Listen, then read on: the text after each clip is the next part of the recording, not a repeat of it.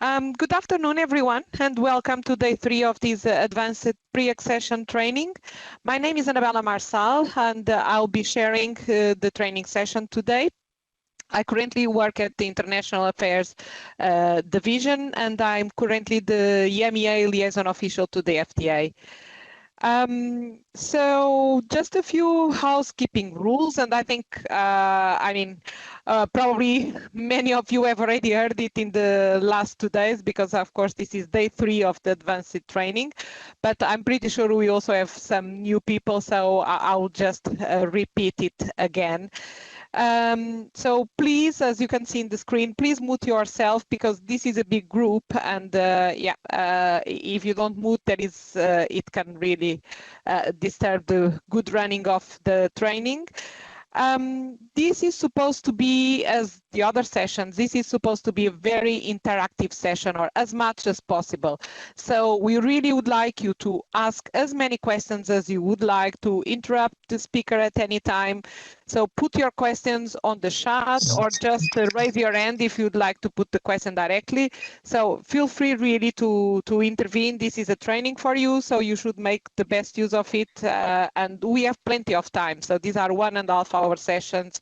So there is time to present and to ask questions. So please feel free.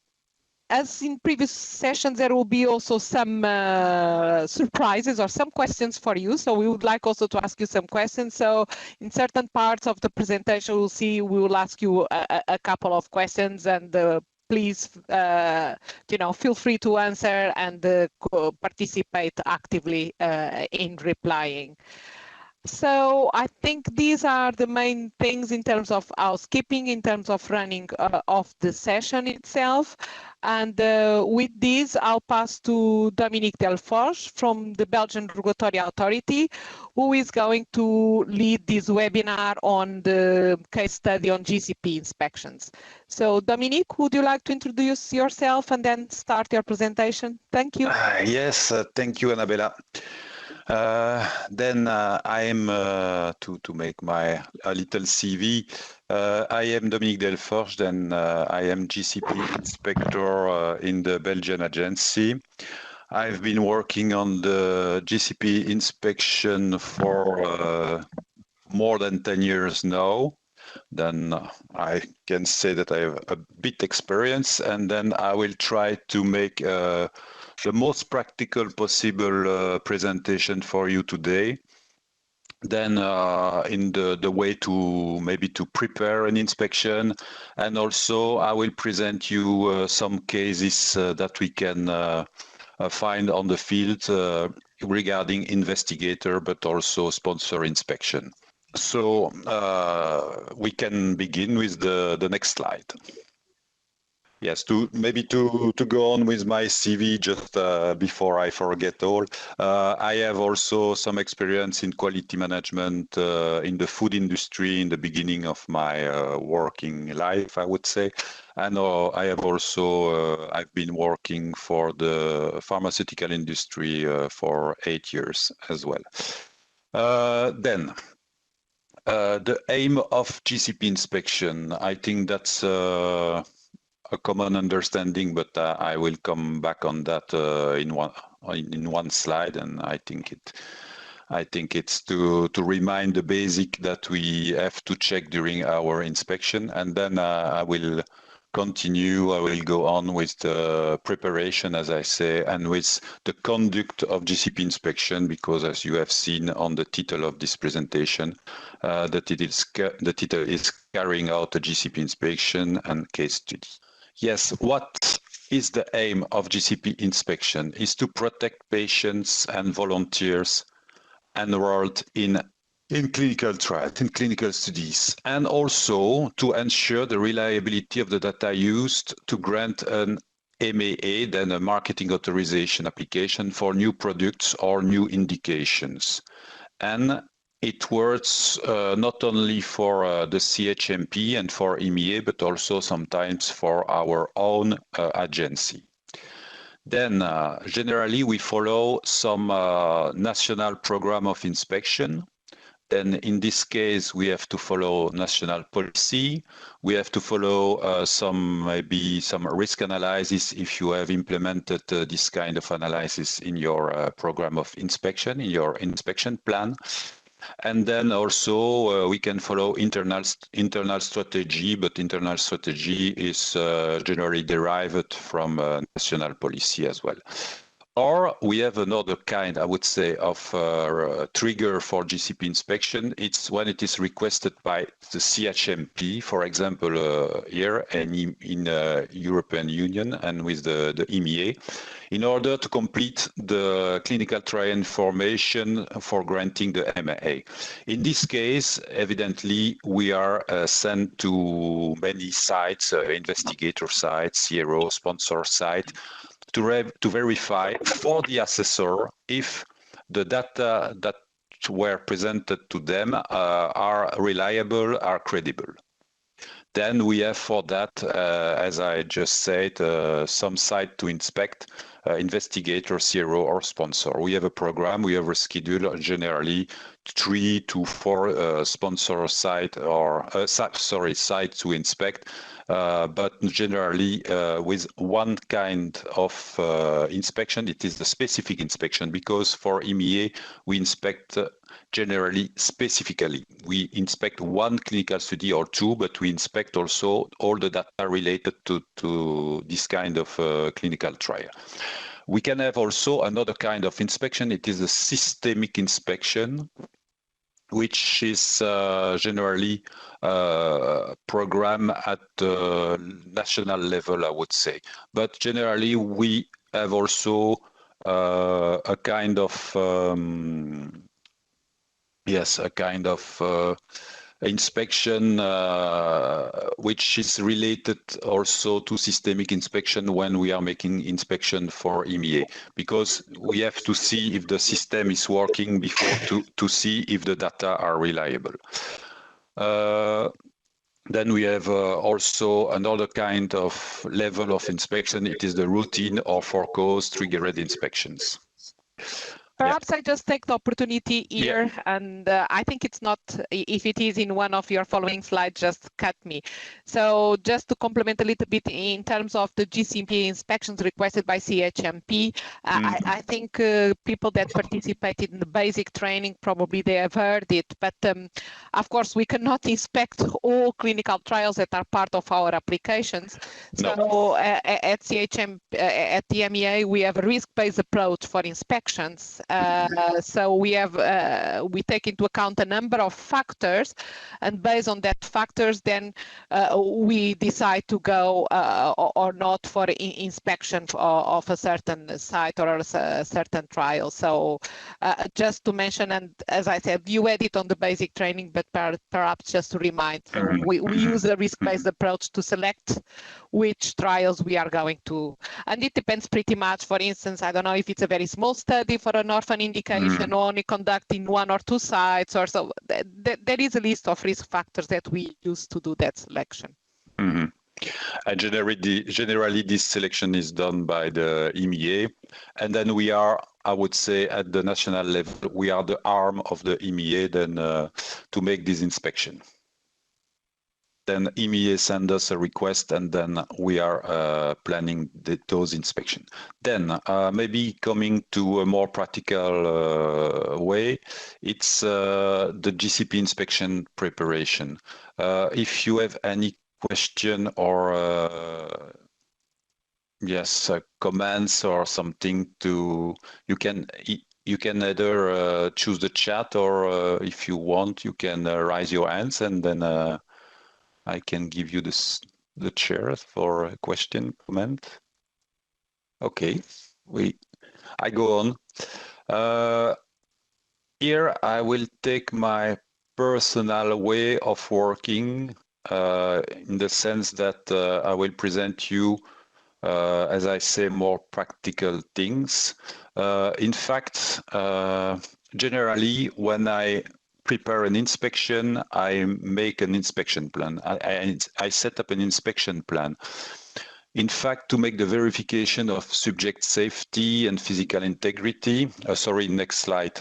Then to make this verification to see if the protection of the subject who have been participating in clinical trials, and especially for vulnerable population, I prepare an inspection plan.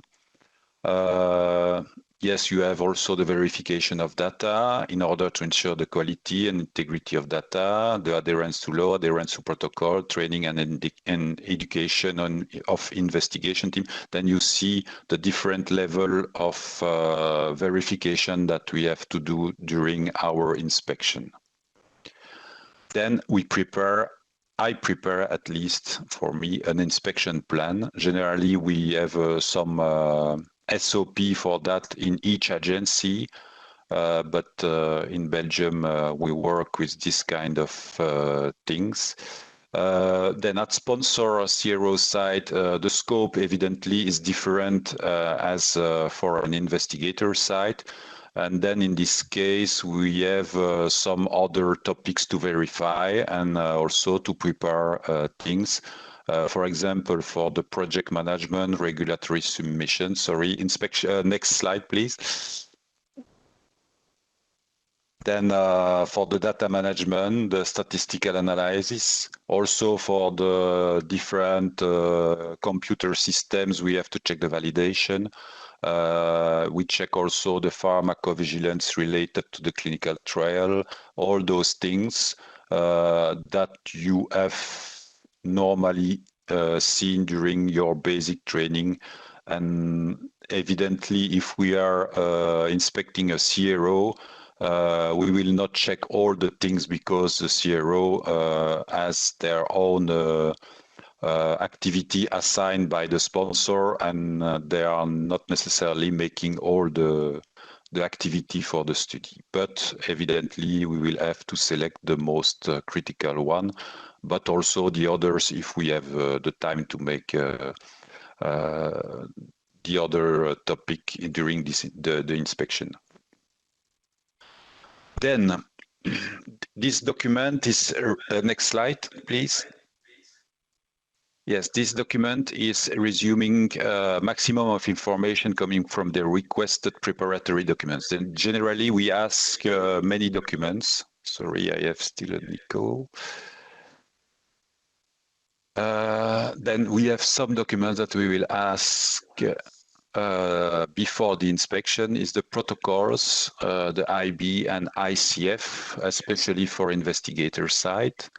As well, the ECRF, data listing, access to ECRF, protocol deviation logs, SI logs. Then many documents are requested, like, for example, PI, team CVs, delegation of duties, monitoring plan, monitoring visit report, SIV report, site qualification. All those kind of documents are requested for an investigator site. Then we review and we organize all this information in a kind of checklist. And generally, I set up a blanco of the study schedule of the study program. In fact, it's a kind of document. I will show you an example just in the next slide. For me, I use rather a kind of Excel sheet with all the activities done and a request by the protocol. And then for each visit, I number the visit and also the item that I have to check. And regarding each item, I can add some information either on paper or with the computer, the best way you choose. And then you can also use another kind of things that I have generally seen also with other colleagues. It's to use a Word file with a list of points to check. For example, they write the number of the subject, and then for each visit screening, randomization visit, first visit for the IMP, the first IMP administration, and so on. And then they also divide all of this item in more points to check. Do you have some kind of inspection plan in your own agencies? You can answer by chat or Also, perhaps I should have asked it at the beginning, but could colleagues that are connected raise their hand if they are GCP inspectors currently? Just for us also to have an idea of the population we have today. I can see some hands being raised. Or, I mean, if not the GCP inspector, because today's program is also covering pharmacovigilance. So if you are an inspector, I would say, and I know that certain agencies, GMP inspectors also do other type of inspections. Both, yeah. So if you are an inspector of any nature, just raise your hand. So would any of the colleagues that, you know, are then inspectors and conducting inspections would like to give any feedback on how you plan your inspections, or is this the same way, or do you have a special template, or? Yeah, I see some hands raised, but I don't know now if you want to intervene or if it was just the previous hands from. So you can low down your hands from the question I have put, and if you'd like to intervene now, just raise your hand again. But I can see some things going on the chat. Yeah. But apparently, Paolo, Violetta, and others have about the same way. I prepare empty Excel sheets. Yes, it's the same way I do. Good. Then it's a good point to harmonize the point of view. Okay. Yeah. Thank you for your input. Thank you for your answers. Then for the sponsor side, evidently, we have about the same kind of inspection plan regarding, for example, a specific matter like project management plan. Also a log of questions, I would say, because for us, the sponsor inspection is more, I would say, less documentary and more interactive with the sponsor team. Then evidently data listing is more important at the sponsor side because we have data listing for all. And sometimes we ask also to have this, not necessarily sometimes, but for me it's always. I ask the data listing in an Excel format so I can work on it and try to find some pattern or some trends in the data. And it's very interesting when you have an Excel file to work on it in this way. Then evidently the sponsor team CV, job description, and training logs is important. The monitoring plan, data management, all the plan, I would say, set up for the study is asked, like the statistical analysis plan. Sometimes you can find the safety management plan. All those plans are very important. And you have also to set up some meetings with the sponsor to ask them all those kind of stuff. And sometimes when you are performing the inspection, you realize that in fact they have a plan that was not mentioned by the sponsor during the preparation. Then it's always interesting during the preparation to ask, I would say, gradually more documents. But the idea is also not to be overwhelmed by documents, because if you have not the time to read all documents, it's a bit annoying because you have the impression to have too much documents to read and that you cannot manage the inspection at the end of the day. Sponsor master file index, yes. I generally ask also the SOP log and not all the SOPs, because sometimes when you ask many SOPs, you have not, as I said, the time to read it, and it's a bit, I would say, a loss of time finally for everybody. it's why the organization and the review of this information, it's very important before to go on inspection.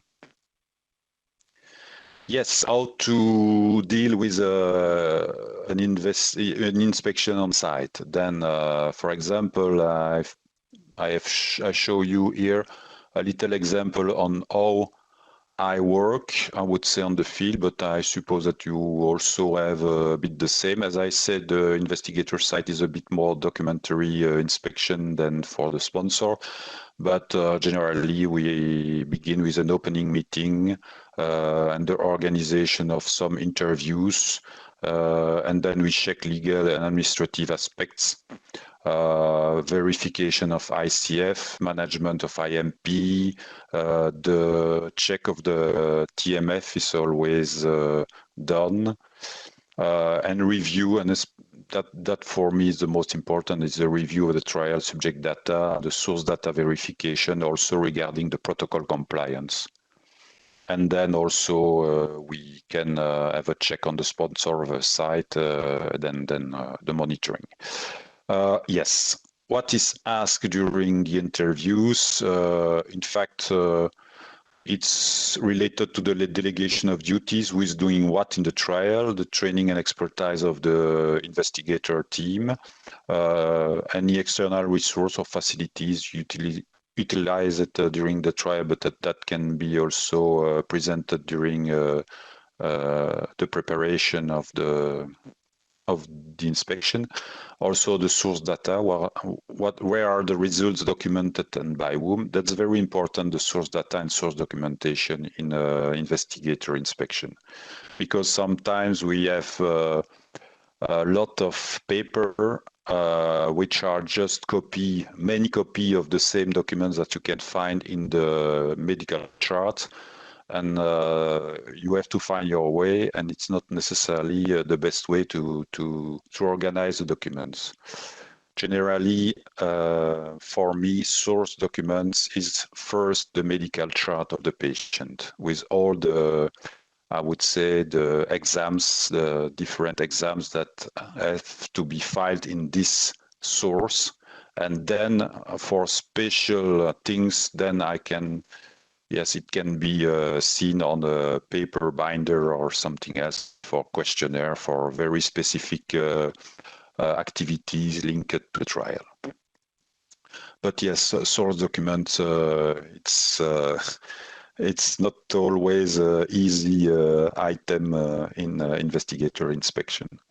Yes, and for the rest, all the investigator TMF is organized and all those kind of stuff.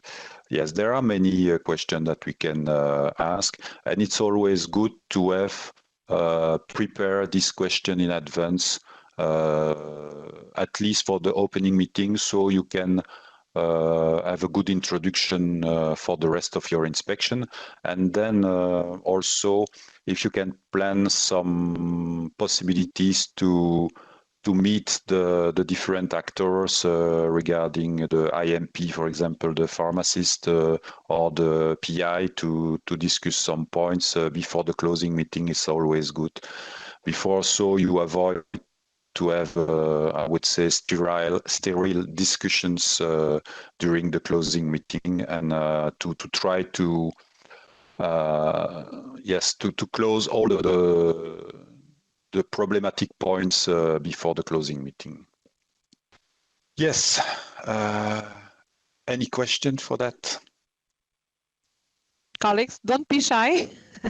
Just take the opportunity of having Dominic, a very experienced inspector, and I could see that there are a number of other EU colleagues that regularly perform inspections, so feel free to ask any questions.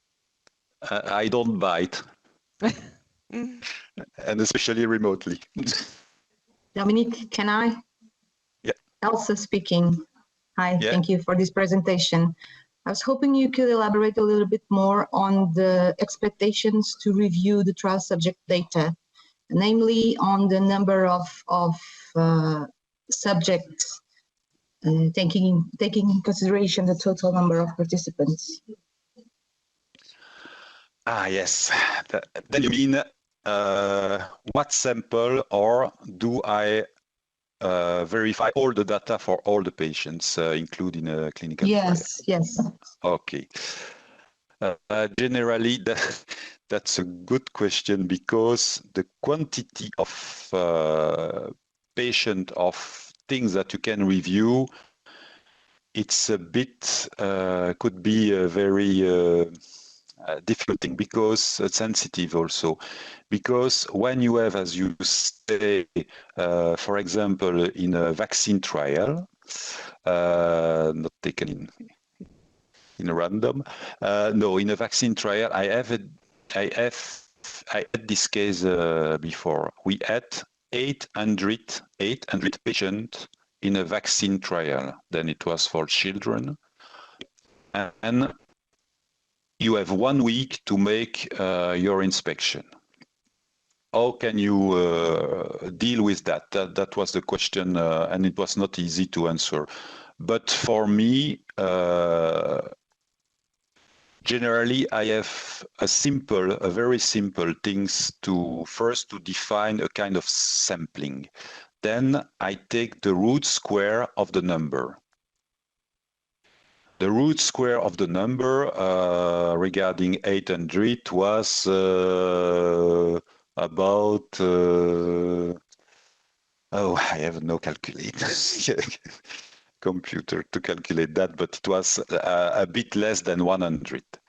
No, sorry.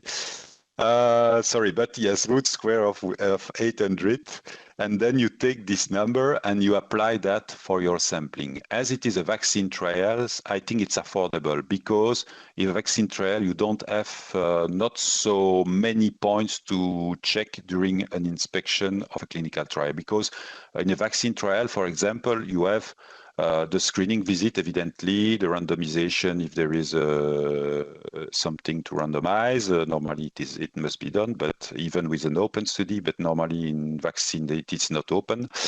You have also first visit with the IMP administration, and I would say generally 2 to 3 to at the worst 4 visits after the administration of the product.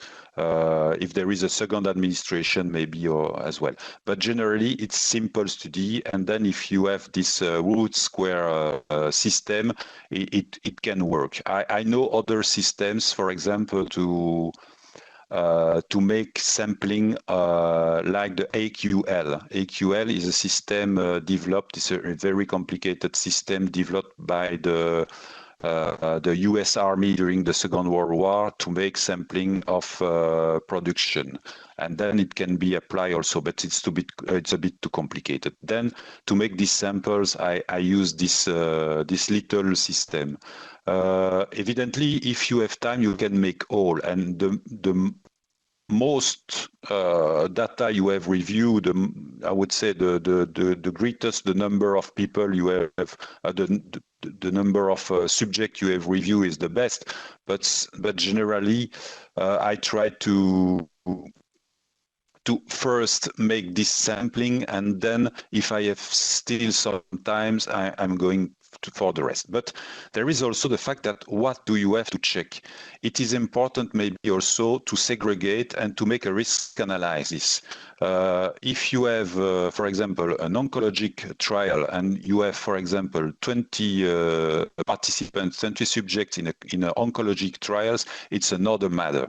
You cannot, it's very difficult then to maybe to reach this even the square root of 20. Yeah? It is maybe less than 5, more than 4, but it's a bit difficult to reach maybe this number in 2 or 3 days of SDV, because of my experience is if I check most of the things done in the schedule of the clinical trials for one patient in an oncological trial, it takes me at least half a day, at least. Then to make, for example, 4 patients alone, it's a bit difficult. Then, Yes, it depends on your time. It depends on the sampling that you can do. It depends also on the points that you will check. But evidently, the most important is to check the eligibility criteria for me and also the primary outcome. Alors, then either you check that for all the patients or you check more points for a sampling of patients. But it depends on your interpretation and on your feeling about the trial. Do I answer, I would say, to your question? Yes, thank you, Dominique, in a very comprehensive way. Thank you. Thank you. Thank you. But that's, I would say, it's the GCP inspector interpretation, and it's why GCP inspection is not just a checklist to fill in. It's more than that. It's sometimes difficult, and you have to make choice regarding the inspection that you have to perform. Any other question? Also about that, about the quantity of people that you can review. For me, it's important because, for example, if you find some issues about 4 or 5 people checked upon 10, and that it's, for example, primary outcome which is not correctly carried out, or if you have problem with eligibility criteria for 2 patients upon 4 reviewed, that's tricky. That's critical for me if you can grade that. So, and it's important also to mention that in the inspection report that you had the time, for example, to review 10 patients, and that you could review the primary outcome, the eligibility criteria, and the safety reporting for 10 patients upon, for example, 20 enrolled in the study. It's important also maybe to mention that in your inspection report. I think sometimes we miss a bit quantification of our inspection.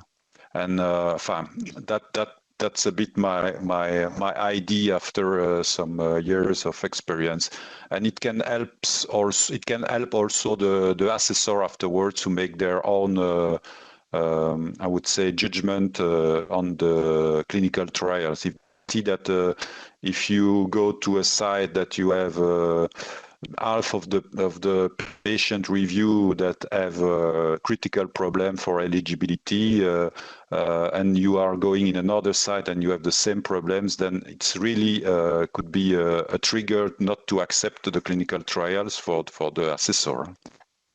Yes. Do you have any comment for that? You can also react by the chat, and there is no problem with that. Okay. Then for me, I use also for my inspection plan, we could use also the inspection report table of contents, because it gives a bit all the things that must be reviewed. And I found very useful the template for the inspection report of the EMEA for that. Then, real life. You are at an investigator site, and then generally we use template for that. Here, for example, it's a bit the kind of template that I use, for example, when I have to check the CV, the GCP training, and all the trainings that was performed in the site. And then for each kind of function, I make this to have at least a rapid overview on what happens for this item, for this scope on the site. It's just an example to show you. Next slide. Then here it's another kind of template that I use also. Here to, for example, to collect what you can find in the site master file, in the trial master file, here for an investigator site, and then I list the investigator brochure, I list the signed protocol and amendments, the ICF, and so on, the different questionnaire to be sure that all was filed in the TMF. and other things that I have not here in my snapshots. Next slide. Then, now I would say we are going in the core of an inspection, for example, at an investigator site. I let you maybe read this proposition, this statement, then we add this case. I will read maybe with you. Inspecting a study, you notice that several tasks were delegated by the investigator to study staff without formal documentation of their CV or other training documents of their qualification, training, and experience. The investigator answered to the findings that the staff had been adequately trained, but no documentation is available to support this claim. The inspection revealed no indication, however, that the staff was not competent in conducting study-related tasks. How would you address this finding? Maybe if you can react either raising your hand or by the chat. Don't be shy. So anyone that would like to contribute? But I let you read it. Quietly. We have Elsa that has made a comment in the chat. Yes, I have still even a grading from Elsa. Any other colleagues that would like to provide feedback?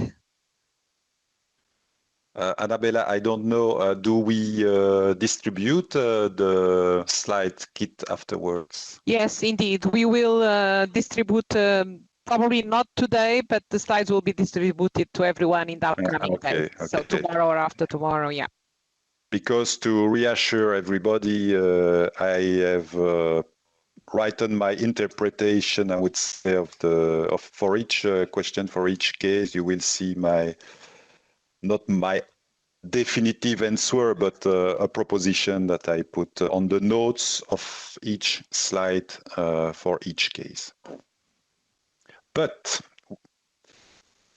yeah, we have also Katja providing some feedback. Yeah. Yes, good. Interesting. And Pesnik? Yes, it's more radical.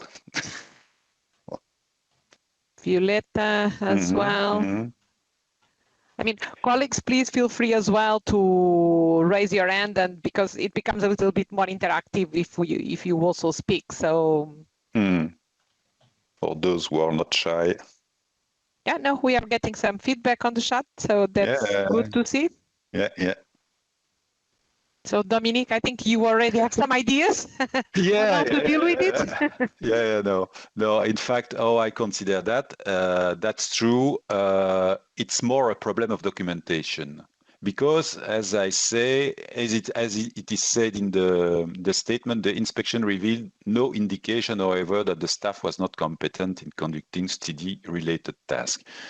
Evidently, when you are performing an inspection and you see many protocol deviation, many problem of eligibility, of primary outcome, or of schedule not correctly, I would say, done by the patients, or then evidently there is a problem also in conducting the study. But in this case, when you have no clue that there was really a problem in conducting the study, it's more a documentary problem.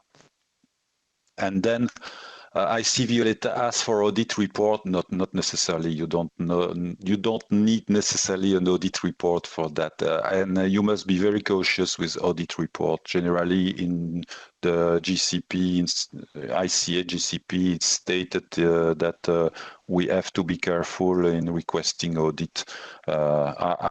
I would reserve that only for critical findings, which could have a real bad impact on the clinical trials data and on the clinical trial for the management of the people, the management of the participants, the subjects. But in this case, it's more effectively a documentation problem. It's a bit how I consider it. Then I would say we can have this kind of a reference, for example, the 4.1.5 of the ICH E6, in the sense that in this statement of the ICH, it is stated appropriately. Then here, effectively, we cannot appropriately assess the qualification of the people. For example, we have also other reference 4.2.6. But I would not use 2.8, for example, saying that the people are not qualified, not critical. I have seen a proposition of minor. Yes, I tend to go to this kind of grading for that. And then, having been audited before without any objection, the PI answered that he doesn't understand this issue. How do you react? In this way, we have, I would say, our soft skills to make him understand that when he has people in a delegation log, all those people must have a correct, appropriate curriculum vitae. They must be trained appropriately, and it must be documented, and so on. And it is not because they are used to make it so for a long time, then they have to go on with this kind of habit. That's sometimes difficult to make that understand by a PI, and especially when you have to grade finding minor, because they can consider that as not important.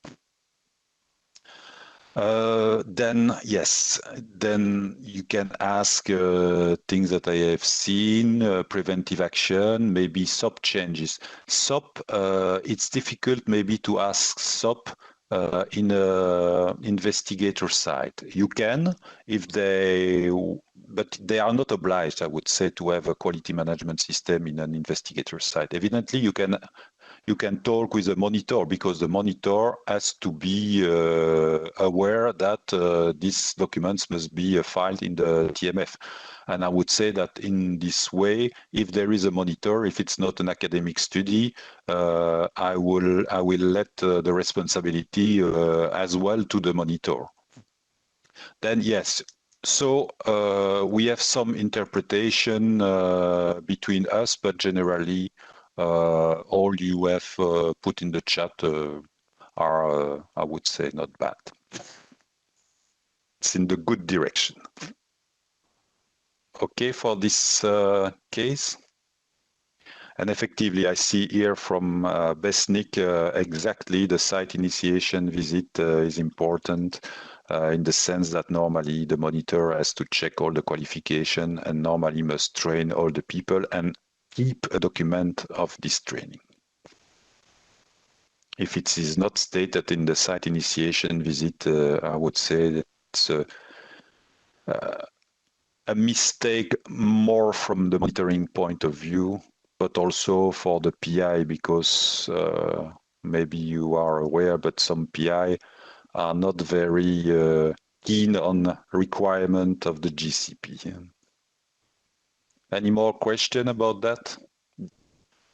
Next case, the local laws and requirements in a country outside EU for obtaining informed consent include the presence of one independent witness. During the inspection, you notice that in most cases there is no independent witness, usually the same nurse at the physician's office, same name and signature on the ICF. Then say a question, how would you address this finding? On the other hand, and it's another question for the two, but I think for this case, we have first to respond to the one, and then we will see for the second question afterwards. But yes, if you can react with the chat, for example, or raise your hand.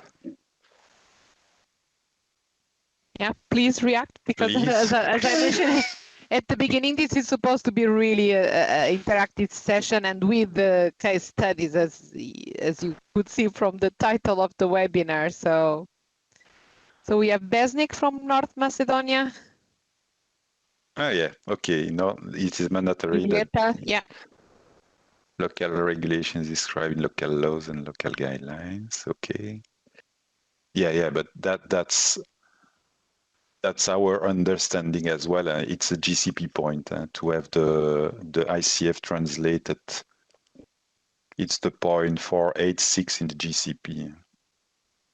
Must be understandable to the subject. Here it's a bit a case that you could find in third countries. May I? Yes, please. Sorry. We cannot see any hand raised, but yes, please go ahead. I'm sorry. Sorry, I forgot. I was just trying to read this and trying to understand the situation. So it seems like there are more restricted rules in a third country than those that are required by the EU regulation. Is that the main issue? In fact, it's a bit ambiguous here, this question, because as you can see, the local regulation require an independent witness. All the time. Not just in defined situations. Maybe because it is third countries where the people are, I would say, not able to read. Most of the people, it can happen. For example, it could happen in Africa or in Asia, in some countries. That was actually my point, because if it falls under the situation that the EU laws also require an independent witness, that would be a GCP issue. Looking at the EU requirement. But if it's only a local regulation and from the design of the study and the population involved, it would not be required by the EU regulations, then it's only a violation of the local regulation, right? Yeah, exactly. Then that's a bit the answer, I would say. In general, when we are going to third countries, generally we inspect following the ICH E6 and the EU requirements. But sometimes you have local laws. If you are aware of these local laws, I would say maybe it's interesting also to grade regarding these local laws. But evidently, you can have difficulties to have knowledge of these local laws. Then it's not always self-evident. Here, it was a question a bit I would say, difficult to answer, because do we have, as EU GCP inspector, the mandate to make findings for local laws? That's the question, I would say. But generally, I would say also that you notice that in this case, it's not really an independent witness, because it's the same nurse at the physician's office.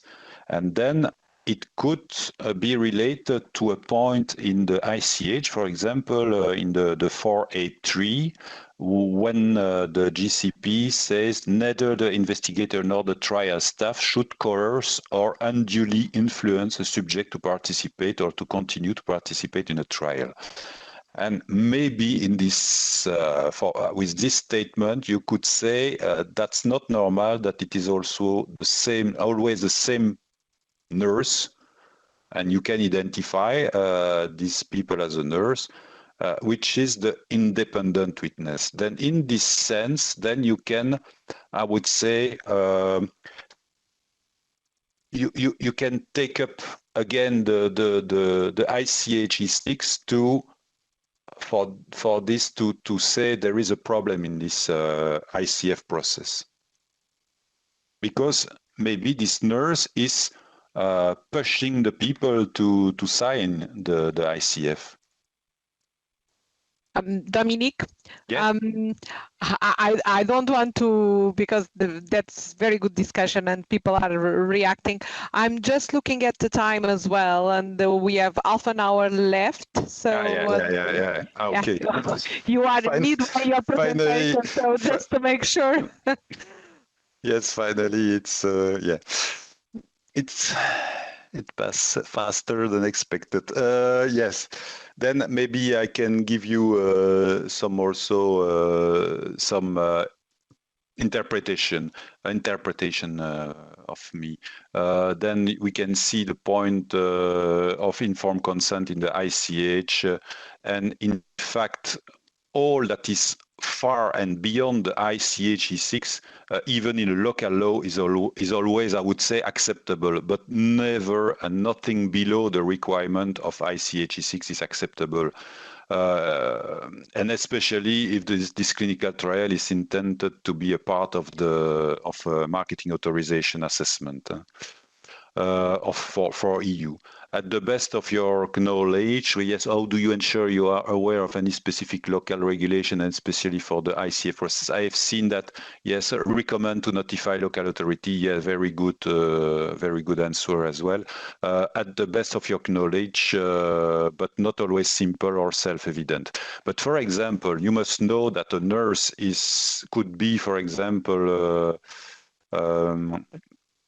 I would say involved in, for example, in ICF process following certain legislation, and we would speak of that just after. But for example, to find local regulation for US, it's evidently very easy, but it's not necessarily easy for other countries like China or other parts of the world. Next slide, next point. Yes, and then yes, the next question is related to that. The informed consent was conducted by a non-medically qualified person, and the subject signed the informed consent prior to even meeting an investigator. The physician only became involved in case of outstanding question, and then after the completion of the process. Again, this is a question a bit sensitive because it's depending also on local legislation. If you have that in Europe, it's clear, it's a finding. Do you have any reaction for this point? Okay, but I'm going on. The fact is that in EU, I'd say, and generally following many local legislation, you must have a physician involved in the ICF process. It's not the case, for example, in US, where you can have, if it's delegated to, they have a qualified medical nurse of, I don't know exactly the name of this kind of nurse, but they are able to make, for example, the ICF process. And if the PI assign them in the delegation log to make it, there is no problem, I would say. But it's evidently also state in the ICH E6. You can find that in the point 487. Then the investigator or a person designated by the investigator should provide the subject or the subject legally acceptable representative ample time. But there is also another point.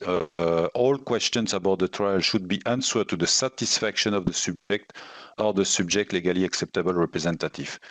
That's a bit, I would say, a point to discuss during the inspection. And when the physician, when the investigator said for the point 2 that it is normal practice of the hospital, no, it's not depending of the normal practice of the hospital. It's depending on the fact that it is written in the local legislation or not. Then I see here, I read your chat. Yep, we are getting some reactions. There is no standard. Yeah. The nurse do it, yes. In some countries, it is, I would say, allowed, and in ICH as well, as far as it is stated in the local regulation.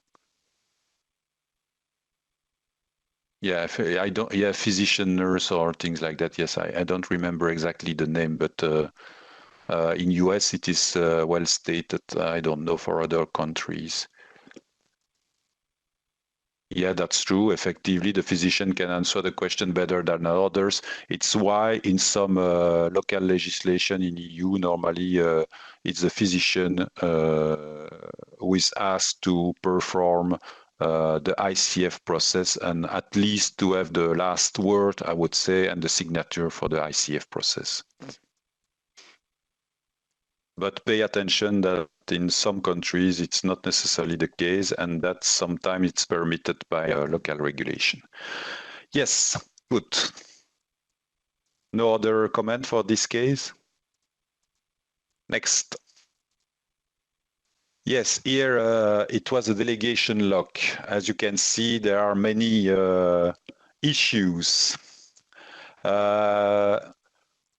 Could you, in the chat, for example, just rapidly say me at the first glance what you could say about this delegation lock? Yeah, we have Elsa. Too many corrections. Yeah, not medical person, exactly. Many correction, yes. Yeah, exactly. Yeah, too many without date and sign of correction, exactly. Correction, not sign, not date. No stop date, exactly. Everybody does everything. Exactly. Yes, as you see, it's a perfect example of what not to do. Then exactly, it's not really readable. The completeness of function is not developed adequately. ICF process is put with randomization, for example. IMP accountability, nobody speak about that. Safety reporting, and also safety evaluation is mixed with all of that's a nightmare. The correction, good documentation practice, I think it's completely forgotten. The PI is how to say that, is crossed, but we don't know who is replacing the PI. Yes, there are only investigator and sub-investigator, no other functions, and so on. Yes, okay. Then many good answer in the chat as well. Good. Next case, next slide.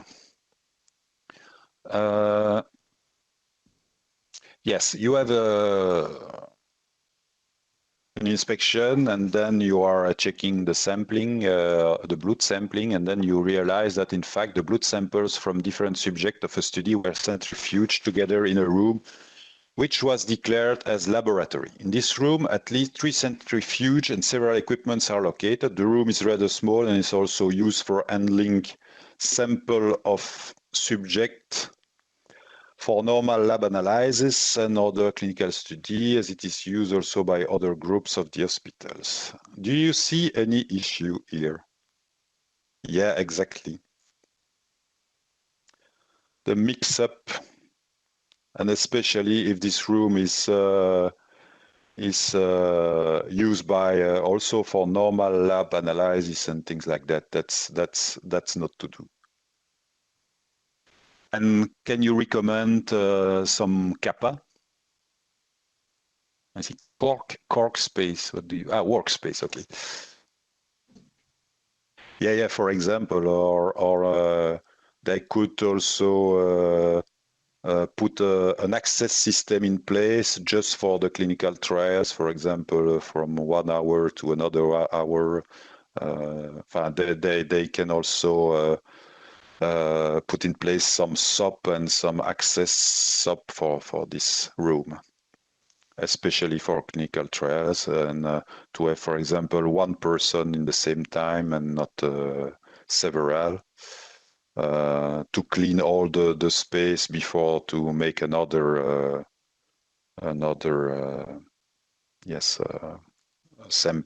centrifuge, and all this kind of I would say, process. Okay, next slide. It's a easy one.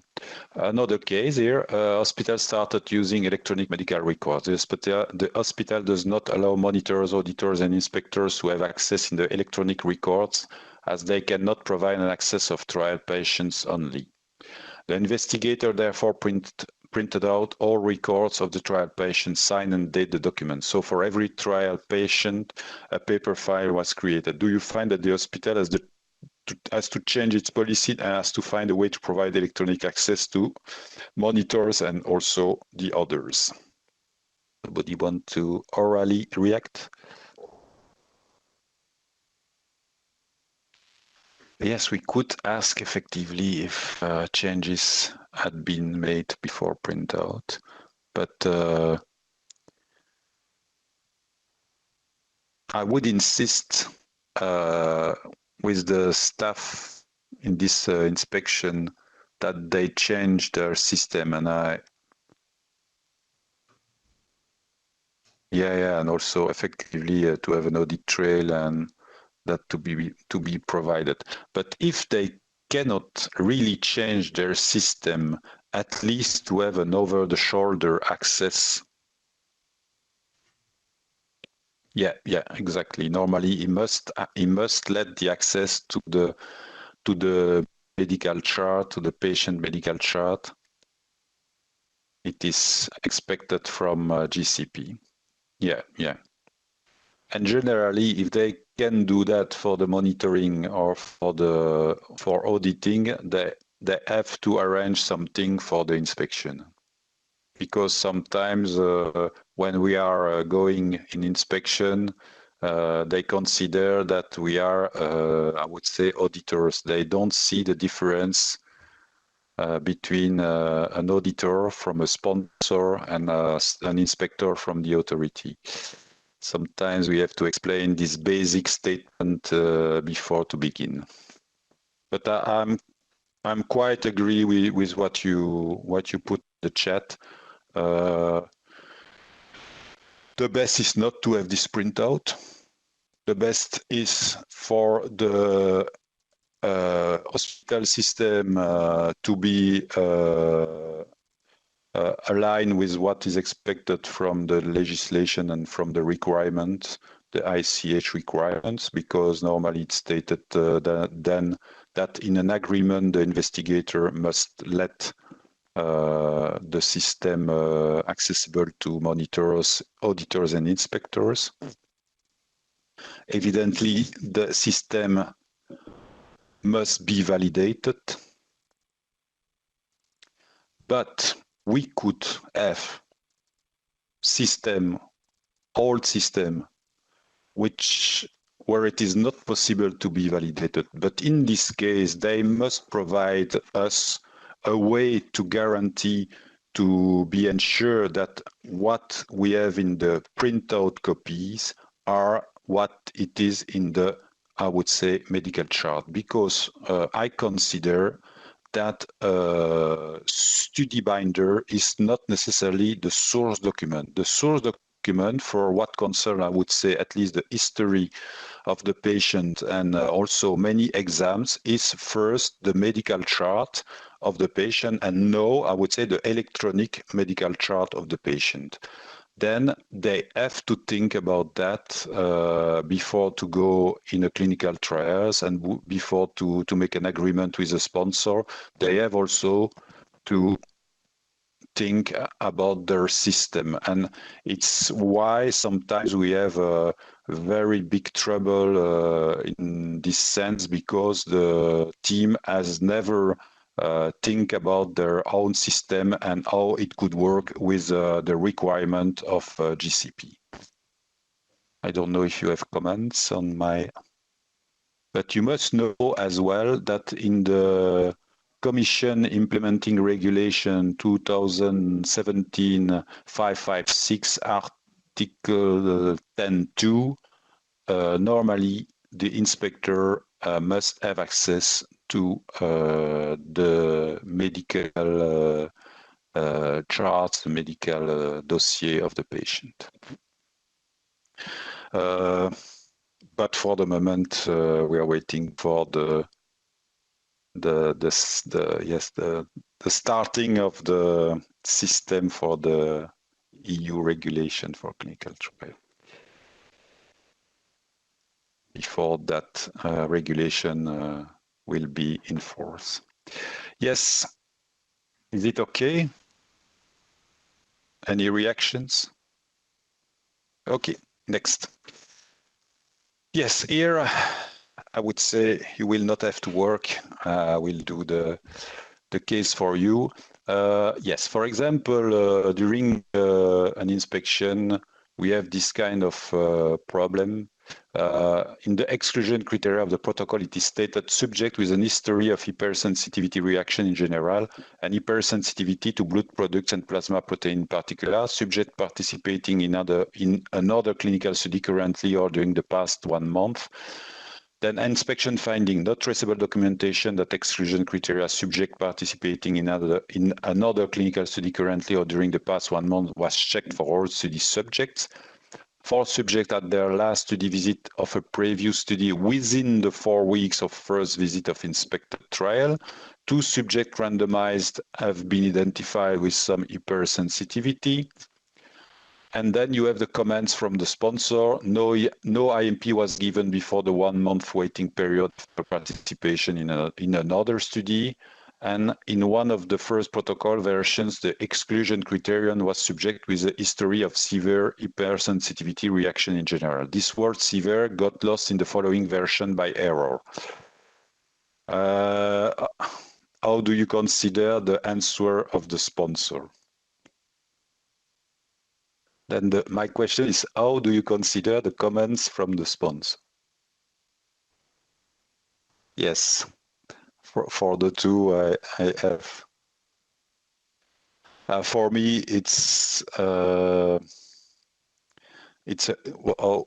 I can say that it's bad faith. In fact, from the sponsor, it's a bit trying to find excuses. But the problem is that we have to consider that it is protocol deviations and really exactly neglecting of the protocols for me as well. It could be critical because issue with eligibility criteria can impair the results of an interventional clinical trial, and no waiver should be allowed. And if they add some problems with their protocol in their amendments, forgetting something, they have also, I would say, a process not in place for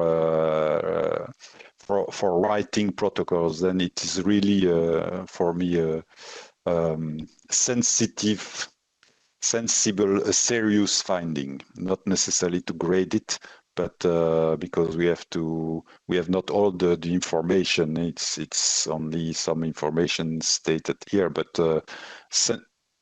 here we have many triggers that there is something wrong, I would say, in this trial, and also something wrong in the answer of the sponsor.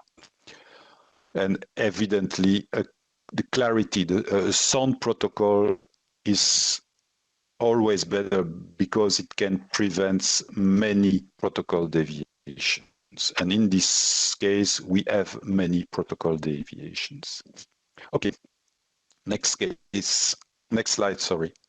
Dominique, sorry to, no, I'm just looking at, no, it's very interesting and we wanted people to collaborate and people are really answering. And so, but of course, there are a number of cases. So I'm just looking at the time. It's 3 now. So, yep, thank you.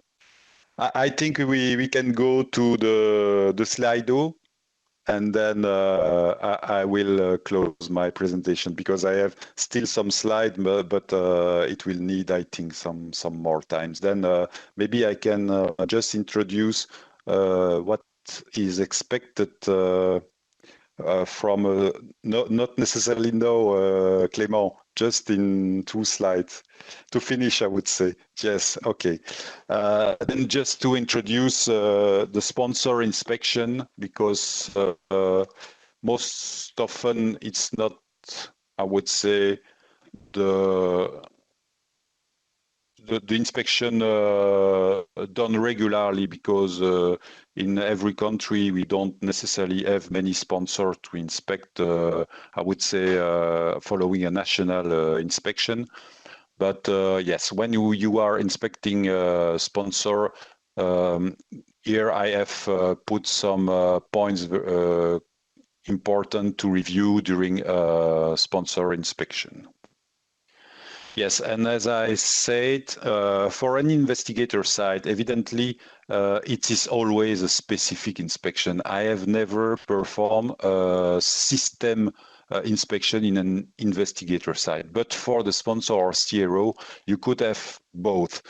Generally, as I said, for EMEA, we have rather a specific inspection, even if we touch some systemic item or systemic point, evidently. But generally, we are focused on the data of the clinical trials that we have to inspect. Then, evidently, we touch the quality system, the SOP, but we are more, I would say, focused on the flow of the data and how it was processed at the sponsor site or at the CRO site. Systems inspection is, I would say, less usual for EMEA inspection, but could be more usual in a local inspection. And then, yes, here it's more detailed, all the points that can be reviewed during a sponsor site. As you will have the slide kit after this presentation, you will have, I would say, a bit more time to read it. Maybe some are, I would say, used to see this kind of points of things, but for the others, it's maybe a first good glance on all the points reviewed during a sponsor inspection. And then we can make our Slido on a point which is generally more difficult to inspect in a sponsor side is the computer system validation. Then we can start with the Slido. Yeah, colleagues, I think you have done it in the other session, so I don't think we need an explanation. I hope. Yeah. But I hope you have your devices with you, so you have the QR code to join, and we really hope that you can actively participate. So.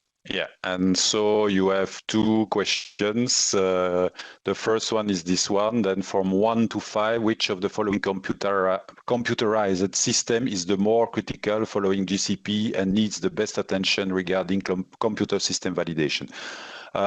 This one is quite easy. Then maybe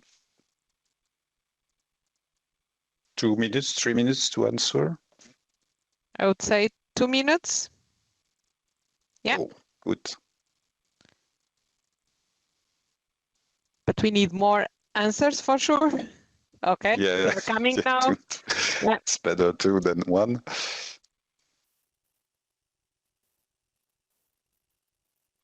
A few more. 5 answers. More answers, please. Try.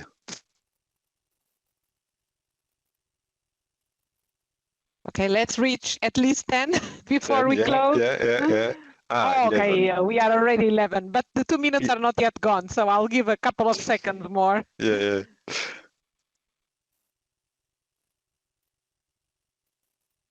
Yes. Okay. Then, as I see, we have rather an harmonized point of view. Effectively, the EDC, the data management system, is the most critical system to check. And I would say, in the second way, the drug safety system. The third, the laboratory information management system, could be if you have to cope with a phase 1 study or a bioequivalence study, then evidently it could be prevail on the drug safety system regarding this check. But drug safety system and laboratory information management system, even for a phase 1 or a bioequivalence, need some attention, I would say. But the first one effectively is EDC. We are I think we agree on that for most of the people who answer. Yeah. Okay, Dominique, next question. We can move to next question. Yeah. Clement? Yes. Next question. Which of the following statements are true for user requirement specification? Then it's, I would say, a more difficult question because, user requirement specification is something to check when we are going on a computer system validation item inspection. Again, 2-3 minutes max. Yeah, I'm counting. Okay. Answers are coming now.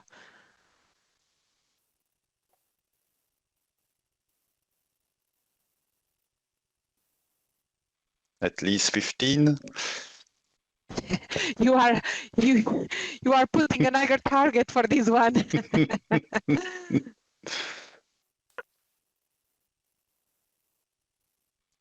Yes, 15. Okay, here you go, Dominique.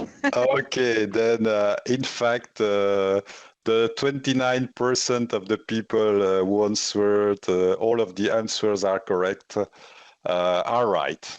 Effectively, all the points must be, are true, in fact. Okay, thank you very much. So I need maybe to close my presentation, even if I had some other cases, but yeah. Probably if you choose 2 or 3 slides that are still quite relevant and that you would like to present, I think colleagues will agree probably to stay 5 minutes more. So we'll have a session after at 3:30 our time. So I think everyone would agree just for a little bit of a shorter break, but 5 minutes more for you to finish, Dominique. Oh, thank you. Thank you. Yes, then I was on the sponsor inspection, and I will choose maybe the most interesting case in this sense. Next slide. Yes, we could make this. Then, a marketing authorization application consisted of several clinical trials summarized in the clinical section of the common technical documents and also the individual clinical study reports. For one of the trials, the sponsor had identified that one of the participating investigator sites had been fraudulent. The CTD and CSR, the clinical study report, were revised to remove the site from the analysis. This resulted in a reduction of the sample size by 20 patients.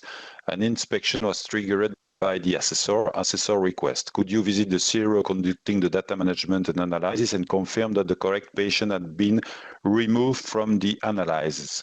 What evidence, what documents, what system would you need to review at the inspection to confirm the correct subject had been removed?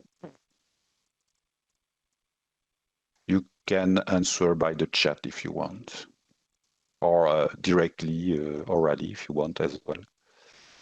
So your last opportunity in this session. Yeah. Don't waste it. Exactly. It's not very complicated, but just maybe. So any reaction just to finish the session? Then maybe I can propose you something. In this way, in this sense, I would ask, for example, evidently, the data listing of all the patients and the data listing of the patient before and after the withdrawal of those 20 patients, to be sure that it was also the good patients withdrawn. I would ask also the listing of the database. We can also ask what they called Adam dataset. Yeah, data editing, evidently. Adam dataset or the SDTM dataset, which are the, I would say, usually known as the SDTM CDISC nomenclature for the file, for the data set. We can ask as well, evidently, the clinical study report and the data listing of this clinical study report, but you will have to check data by data for the 20 patients if they are taken up in the statistics and in the data set to make these statistics. Then it's interesting also to have Excel file, maybe to make some analysis, some pattern analysis, and to see if those 20 patients were effectively withdrawn from the results. Then in this way, we have to really check in the data and also check, for example, the data lock, if they have unlock the database to to delete those 20 patients from their database. Okay, Dominique. Okay. Is that all from your side then? Yeah. Okay, so thank you very much, Dominique. This was really a very interesting session, and I think, yeah. I hope it. Thank you for all the work and for all the cases, all the questions, and thank you for everyone, because even if it was not directly speaking, we got lots of reactions on the chat, so that was very good. I think thank you so much for all your participation and active collaboration in the session. Thank you. Just before I close, just a couple of reminders. So for the slide presentation, as we mentioned, we will be circulating them in the upcoming days. We would just like to remember or to remind everyone that we have just sent a link for the survey, and the survey is for the full training. So for these 3 days of training, if you can fill it in ideally today. So you have now a 20 minutes break, perhaps with your coffee or with your tea, you can fill in the survey, or otherwise we would really appreciate if you can fill it in today or in the upcoming days, because for us it's very important to know and to get the feedback in order to make sure we can improve for next time. So thank you for taking the time for filling in the survey. And thank you again, Dominique. It was really very, very good session. So thank you. And you're welcome. You're welcome. Yeah. And for all the other colleagues, so see you in 25 minutes at 3:30 for the session on the pharmacovigilance inspections. Thank you. See you. Bye-bye. Bye, everybody. Bye. Okay, so we'll give it a start. Welcome back, everyone, or perhaps there are some new people that are just joining for this session.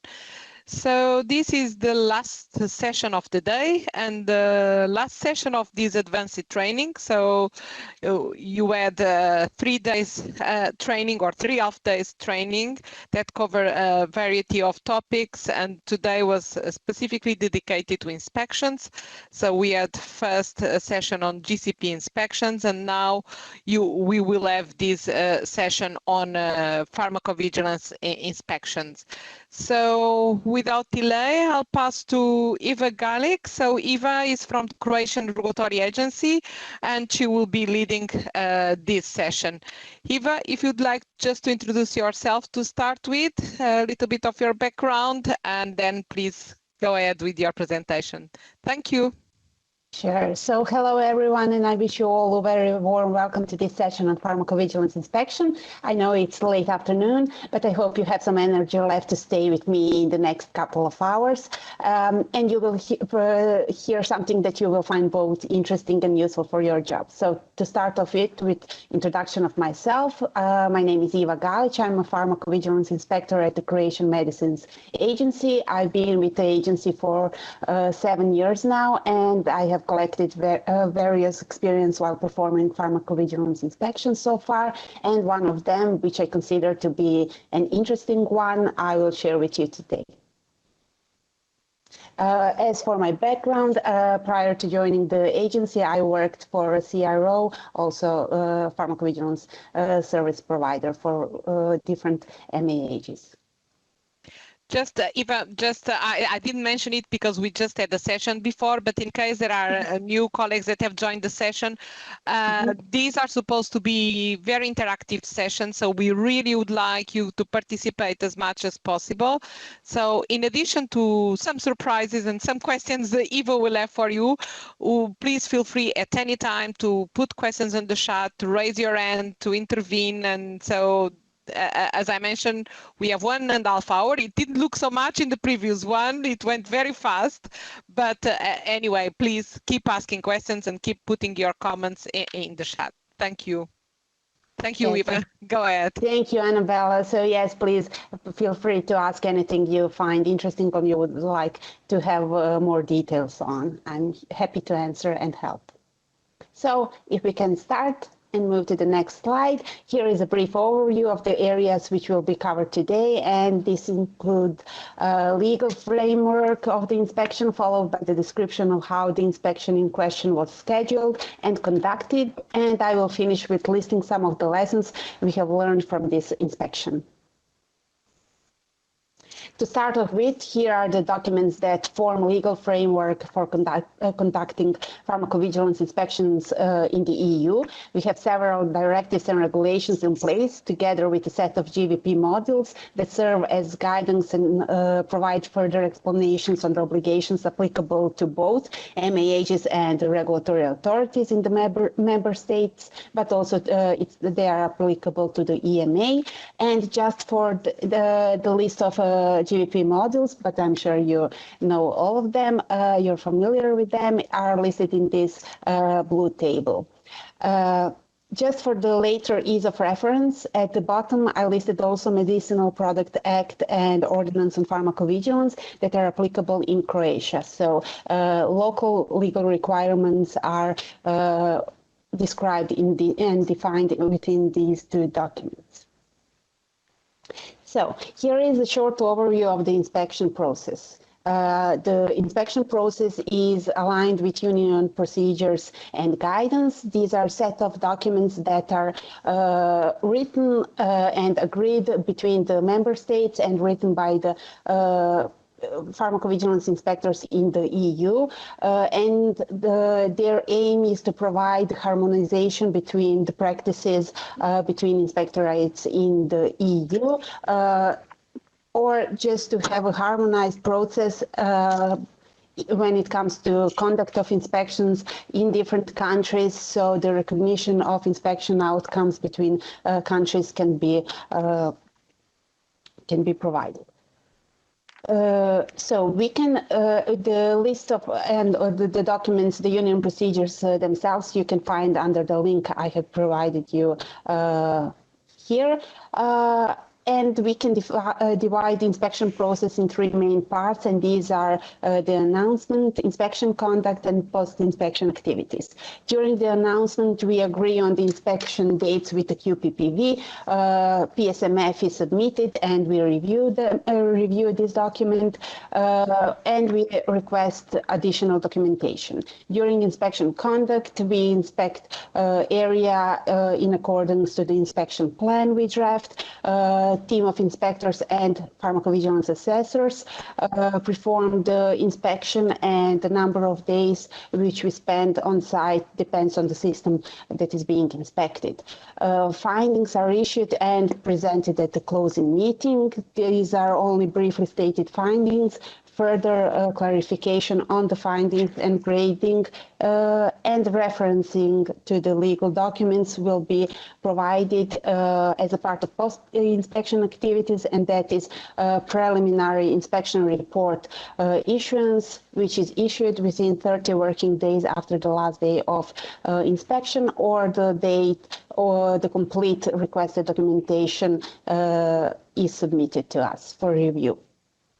So CAPA plan submission and agreement on the proposed CAPA plan is followed, and then when we agree on the content of the CAPA plan, final inspection report can be issued. And then last but not least, exchange of information with other inspectorates in the EU will follow.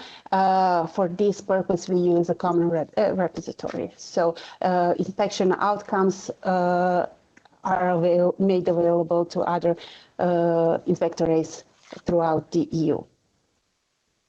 Now a little bit, as we are going to focus on one particular inspection in this session, I would like to give you a little bit of background regarding this inspection. So we were informed by our pharmacovigilance assessor of MAH that was non-compliant regarding additional risk minimization measures regarding their products.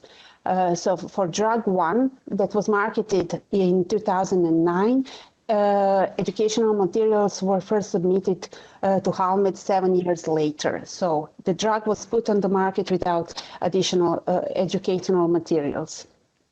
The other drug, let's call it drug 2, educational materials for this drug was were only submitted after it was requested by Halmed. So we asked for them to submit their, to fulfill their obligation. This would normally be a triggered inspection, but just at the time when we were informed by our pharmacovigilance assessor about these omissions in the system of MAH, we were drafting our annual inspection program, so this MAH was prioritized and inspection assessed to be of high priority. To give you a little bit overview of the company, so it's a global biopharmaceutical company with a worldwide presence. Its headquarters is outside the EU, and it's an MA holder of centrally authorized products, and several of their products have educational materials in place. Just around the time of our inspection, there was a change of European qualified person. In most EU countries, PV activities were also outsourced to a service provider, and this service provider then further subcontracts some or all of their activities in certain countries, including Croatia. So PV activities in Croatia were subcontracted by contractor. A few words about the inspection history of this company. So this was the initial inspection of this MAH. So the MAH was not previously inspected by Halmed, as this was not a part of the national inspection program, because the MAH is a holder only of centrally authorized products. The MAH was, however, inspected by the supervisory authority, and number of other national inspections were conducted. We learned this information using the common repository and information contained in it. So there were no previously known major non-compliance issues with this MAH.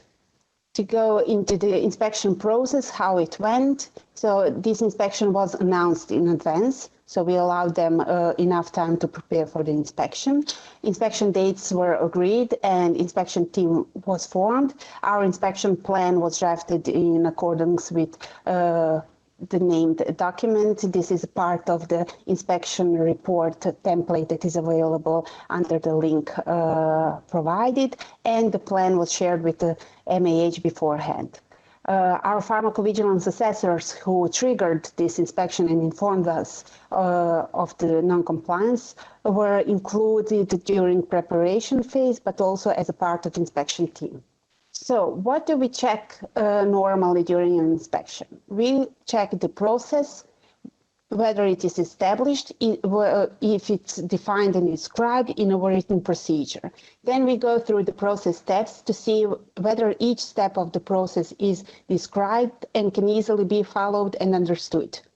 We look for the responsibilities, whether they are clearly defined, for deadlines, whether they are also defined and aligned with requirements laid in the applicable legislation, whether European or local. And for everything, we look for evidence, several examples for review. So in this particular inspection, the general inspection outcome was that deficiencies were found in several areas. The general feeling was that there was a lack of QPPV and MAH oversight of this whole system, especially regarding risk management, implementation of additional risk minimization measures, quality management system, including responsibilities, training, audits, and deviations, and safety variation management. As for the risk management deviation that was found, in general, we saw that there was no awareness of a need for additional risk minimization measures for the drugs that were already put on the market and without approved risk minimization measures. There was also no sufficient evidence to demonstrate that successful distribution of materials for certain drugs was conducted, and there was no process for ensuring overview of the implementation status of educational materials. So the QPPV is responsible for the whole system and needs to be aware of everything that is happening with the drugs they are responsible. So they need to be informed of implementation status of something as important as educational materials. In this particular case, MAH did not have an established process of informing QPPV.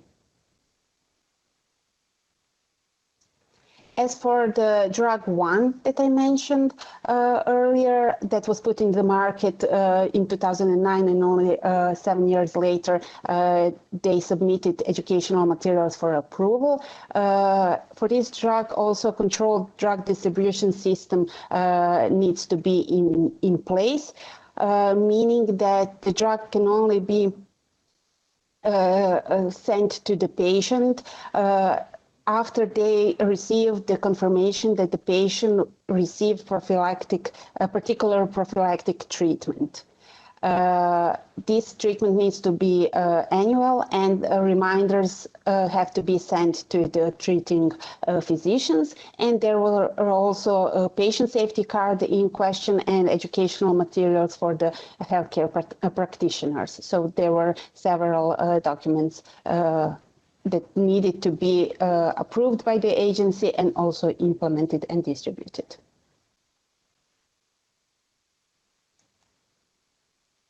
As for the educational materials, as I said, they were submitted for approval only 7 years after launch of the product.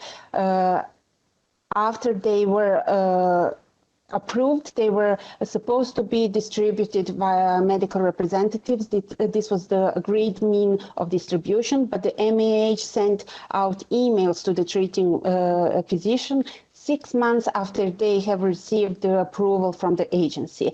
This was not the agreed method of distribution, so email was not approved, as we consider that HCPs will not print out the materials for the patient and the patient card and then distribute it to the patients. As for the control distribution, as I said, the drug was could only be given to the patient after they finished their prophylactic treatment, but there was no written procedure describing this whole process, how it's ensured that the patient actually is receiving the treatment, and the wholesaler responsible for the drug and the contract that MAH had signed with this wholesaler was not in line with the process presented by the company during the inspection, and the MAH could not demonstrate a robust process of controlled distribution. They had no sufficient evidence to demonstrate that all patients that received their drug at the time received the prophylactic treatment. The reminders to HCPs regarding this prophylactic treatment were not sent out until short time before the inspection, and sufficient evidence was not always available. They were not able to demonstrate that all shipments were successfully sent and tracked or followed up in case any returns. As for the drug 2, prior to launch of the drug, MAH is supposed to contact the agency and submit materials for the approval regarding content and format, and also means of the distribution. For drug 2, the educational program and materials address the risk of medication errors and possible injection site reactions.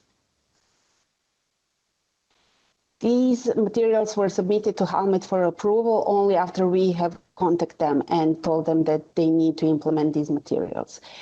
These materials were approved 6 months prior to the inspection, but they were sent only a couple of days before we arrived to the inspection site. And also agreed means of distribution was also via a sales representative, and they sent emails instead. So regarding educational materials in general, our deficiency regarded inadequate MAH and EU QPPV oversight of the risk minimization measures implementation.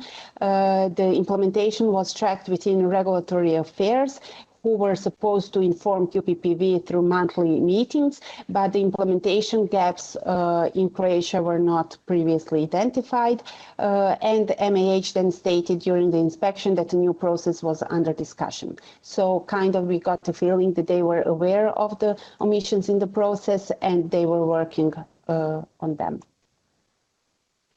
As for procedural documents, there was missing a global procedural document describing handling of educational materials in general.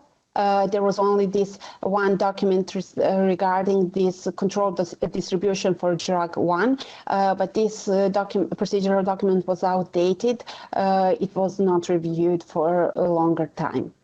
Local or regional procedural documents regarding any steps of the additional risk minimization measures management were not implemented, were not in place. As for the local PV system setup and LQPPV, local qualified person responsible for pharmacovigilance. According to our ordinance on pharmacovigilance, which I mentioned earlier, LQPPV is responsible for establishing and implementing pharmacovigilance system of MAH, and they have to have an overview of the safety profile and any safety concerns regarding any of the drugs of the respective marketing authorization holder.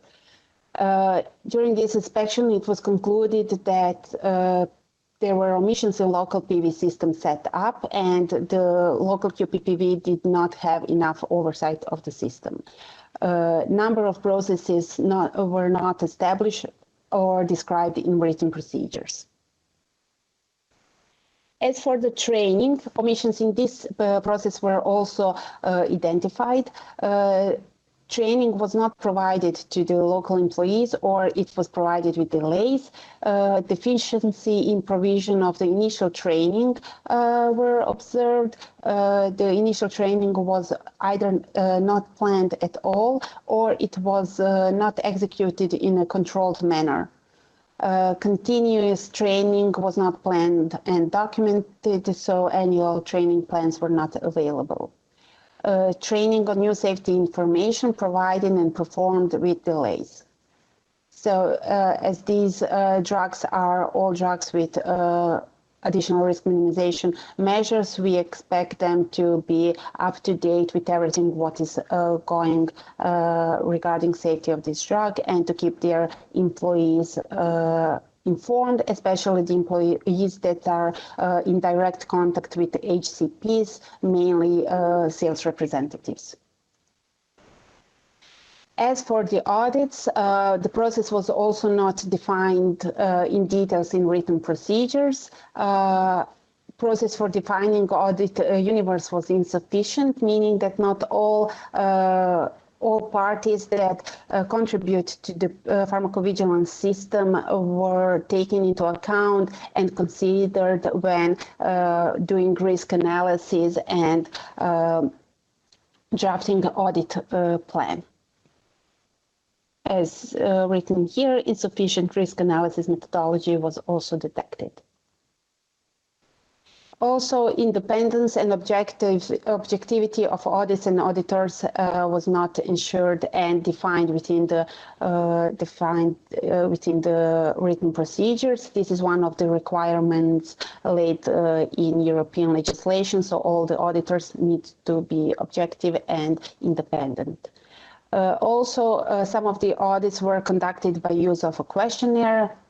This is not the only inspection where we observed this, and that's why in the latest revision of the GVP Module 4, which describes and defines process of pharmacovigilance audits, it is written, this statement that I put here, that questionnaires without evidence of fulfillment of certain pharmacovigilance requirements cannot be considered as an audit. You always need to have some proof that actually things are being done the way they need to be done. As for the regulatory affairs, so according to our Ordinance on Pharmacovigilance, MAH is obliged that after approval of safety variation, they need to make available the SNPC to their employees not later than 7 days after receiving a notification of such approval. So this deadline of 7 days was not prescribed in a procedural document, defined and monitored. Evidence was not collected and saved to be available to demonstrate the successful and timely distribution of amended summaries. We checked for several examples, and these were distributed to the relevant employees with months delay. These are some common findings that we see when it comes to regulatory affairs.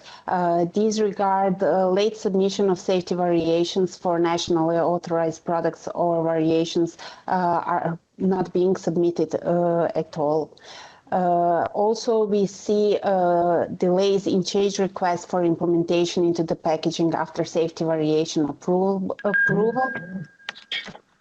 And fulfillment of 6-month deadline, and many times this process is not defined. So after a safety variation gets approval from the agency, there is a deadline of 6 months that this safety variation is implemented into the packaging, meaning that pills should be updated and no batches with outdated safety information should be released after this 6-month deadline. This regards if this deadline of 6 months is regardless of the approval of the drug, whether it's nationally approved or centrally approved drug. So a little bit about the post-inspection activities. So we requested the meeting at the agency with a representative just to see what can be done and how we can process further regarding all the deficiencies we observed. The CAPA plan was submitted, included number of action affecting also other European markets, so they were to improve their processes on global level. We requested them to send us regular progress reports and notifications of any delays. So they had at a certain time interval, they had to send us reports informing us what has been done so far. Also, supervisory authority was notified of the inspection outcome, and we recommended national inspections to be performed. So the other countries, other member states could see is the situation the same as we observed situation here in Croatia. So reinspection was planned in a shortened time period just because the deficiency we observed were we would say, critical. So what was different with this inspection? So this was the first national inspection of an marketing authorization holder with solely centrally authorized products. It triggered also change in our internal risk analysis and change of focus. We assessed new data sources, internal and also external, just to check the presence of certain MAHs and drugs on the market. And we added marketing authorization holders with only centrally authorized products as a risk factor in the risk analysis we use as a basis for our inspection program. What we learned from this inspection is that we always need to be well prepared and ask for help and support of other colleagues within and outside the agency, also other inspectorates, as communication regarding this inspection was ongoing with other inspectorates as well. Cooperation and collaboration can be a key to success. Think well also about all the possible data and information sources and what affects your healthcare system. Just be curious. After learning that we have MAHs with only capped products on our market and they are not obliged or approved by HALMED, we did a little investigation. What is the best way to find who are they, how to find how many of those are, and what drugs are on our market. And for every observation and finding, saving the supporting documentation, tables with applied formulas, screenshots of database outputs can help clarify you some later disagreements.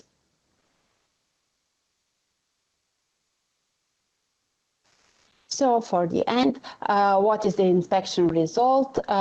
We like to think that we review the whole system and give some ideas of how to improve the system and ensure compliance with the legal provisions. And the final goal is ensuring improved patient safety. Expectations after the inspection. With the issuance of the final inspection report, inspection might be closed, but the work does not end there. Implementation will be checked at the next inspection according to new risk analysis, and the date will be assessed according to the result of the initial inspection, and the time frame, not the exact date, but just time frame is always stated in the final inspection report. And to end this afternoon session with a really nice graphical show how the inspector's job looks like. And I find this funny, but really well represents how it actually looks like, because there are many documents and many paperwork load for each inspection. Thank you very much for your attention, and I'm ready to take any questions you might have. Thank you very much, Eva. This was really very comprehensive and a very good or a very bad example. We always learn from experience and from the example. So thank you for sharing it with the group. Any questions from participants? Please put them in the chat or just raise your hand. And it does need to be questions specifically on the presentation. So if you have other general questions on pharmacovigilance inspections, or if you would like to share also experience you had with your own pharmacovigilance inspections. Yes, it would be really interesting to hear from your side whether you have similar experience. Can I have a question? Yes, please go ahead. I couldn't see any hand raised, but go ahead, please. I'm Paolo from Italy. Hi, Paolo. How are you? Thank you, Eva, for the nice presentation. Thank you. So nice to see you. Me too. Thank you. I have just a curiosity. I was interested to receive some information why you request a meeting after the inspection, and if you receive this meeting before and after that you send the inspection report. And also, if in the meeting you give them the suggestions about the CAPA, or you discuss again the finding that you found during the inspection. Thank you. So during the inspection, they became aware of all the omissions, that the problem was greater than they thought. And it wasn't only affecting Croatia; it was affecting the whole European market. So they wanted to improve their system, and were a bit taken aback because all the activities were outsourced, let's say, twice. And what to do? They didn't know what to do. What was the best thing to do? So we thought a meeting after the inspection would be the best solution, just to agree and try to guide them what would be the best approach. Of course, we are not giving them advices. We are not allowed to give consultancy, but we can agree or just try to divert them from their ideas they might have, just in order to have a sufficient, a really well-written CAPA plan, that we do not need any additional information. We have several examples of requesting a meeting in the agency so far, and it is mostly when they wanted just to be sure that they are on the right track in providing the satisfactory CAPA plan. This was also... Thank you very much. Thank you. You're very welcome. Any other questions? Okay, in between, perhaps I have also a couple of questions, Eva. One question, because of course this is for accession countries, and perhaps it could be useful. And I don't know if you have any experience in participating in joint inspections, and if you have, if you could give us a little bit of feedback of your experience on that. Yes. As a matter of fact, we did participate in one joint inspection. We were just named supervisory authority for this MAH, global, really big pharmacovigilance system, and as this was our first supervisory authority, we requested and asked help from our European colleagues, and one inspectorate decided that 2 inspectors will join us. This inspection went really well. We learned a lot from our colleagues. The collaboration was excellent. It can only be recommended. In any case, when you are starting some process and you are not sure that you have enough expertise or enough resources, we also didn't have enough resources to cover 2 inspection sites of several days. Just try to ask your colleagues to help. I'm sure someone will join you. We had really nice experience so far. And it was just not a long time before pandemic started, so now everything stopped and everyone is conducting remote inspections. So I hope this collaboration is going to continue once everything is over and we return to back to our normal work. Yeah, no, thank you, Eva. Hopefully, yeah, one day we'll be back to normal. Hopefully, yeah. Yes. Any questions from participants? If not, I keep asking you questions, Eva. Sure. I'll prefer participants to ask. Just put them in the chat if you don't want to speak directly. I think one of the things that is very important in terms of pharmacovigilance inspectors is the relation you have with the pharmacovigilance assessors or clinical assessors. So I just would like to have your views, and we can have views also of the participants. There are a number of European member states pharmacovigilance inspectors online, so feel free also to give your view. But my question is really, how do you see the relation between pharmacovigilance assessors, pharmacovigilance inspectors, and is it beneficial for the inspectors, or and if yes, in which areas in particular? So can you share with us some ideas and thoughts on that? Thank you for this question. This is a really good question. As we see, this inspection was triggered by our pharmacovigilance assessors. So the collaboration and information exchange between inspectorate and pharmacovigilance department is really important, especially if they are divided, as this is a case in Croatia. Some PV assessors in some member states also perform pharmacovigilance inspection, which is then really useful. But when it's divided, a process of collaboration between these two departments needs to be in place. When we started performing pharmacovigilance inspections, we were aware that we are lacking experience and some practical knowledge of some areas, and a decision was made that inspection team will always consist of inspectors and at least one pharmacovigilance assessor.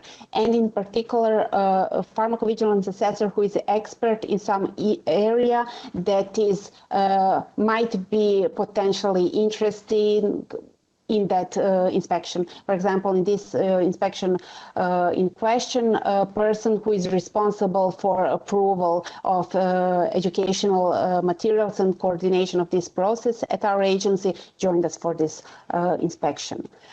So this is really important, and I would always suggest you, if they are not joining you during the inspection, to contact them beforehand and ask whether they have something to some input for you that could be used during the inspection and during the preparation. Normally, we inform our PV assessors always prior to some inspection and ask them whether they think it would be beneficial for them to join us if they have any non-conformities or something they would like to clarify with the MAH or go through the process themselves during the inspection. If there are no major omissions observed during a certain time period, they tell us sometimes to focus on this area. They would like to know how they perform some assessment, because they observed during PSUR assessment that inconsistency between serious and non-serious maybe events. So we can go further into details during the inspection regarding this. Not only they are involved during the inspection, but we also have established the process where they maintain record of all the omissions while they do the assessment of different documents. They put this in one table for each MAH, and they also need to save us supporting documentation supporting this finding, and then we have regularly prescribed timelines when we go to this table and review what is inside, maybe if something is really important. And they are also trained to recognize when something is bigger, could be a bigger issue, and they need to immediately notify us. This is like case when risk minimization measures are not implemented, or let's say the PSUR was not submitted for several drugs, or they know that the drugs are on the market and the local QPPV was not nominated for some time now, and things like that, like something that has bigger effect on the whole PV system. So I would say information you can get from your PV department, PV assessors, is really valuable, and this collaboration should be established and used. Thank you so much, Eva. Any other colleagues that would like to share experience of their collaboration within their agencies between pharmacovigilance assessors and inspectors? Paulo, I still have you on my screen, so And you are not a shy person, so if you would like to share, don't feel obliged, but if you would like to share. I'm not obliged, but I haven't recently experienced in collaboration with the inspector and assessor. So in the past, in the old past, it happened, but it's a long time. It could be fantastic, but it's not easier because we are involved in many activity often, and so it's hard to find the occasion to collaborate with the assessor. Thank you, Paolo. And sorry for putting you on the spot. Okay.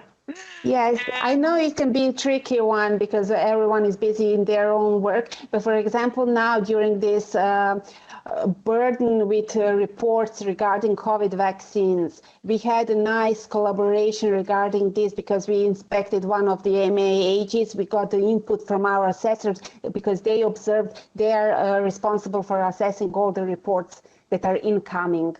And it's just so many of them that there is always a delay in assessment, but they observed something and they informed us so we could check this. And then we also exchanged information on the improvement, what was changed, and they communicate directly to MAH and we do. And so this exchange of information was flawless in this particular case. But also it's a hot topic everyone is discussing about all the vaccines, all the reports, what is happening. So this was one nice collaboration as well we had.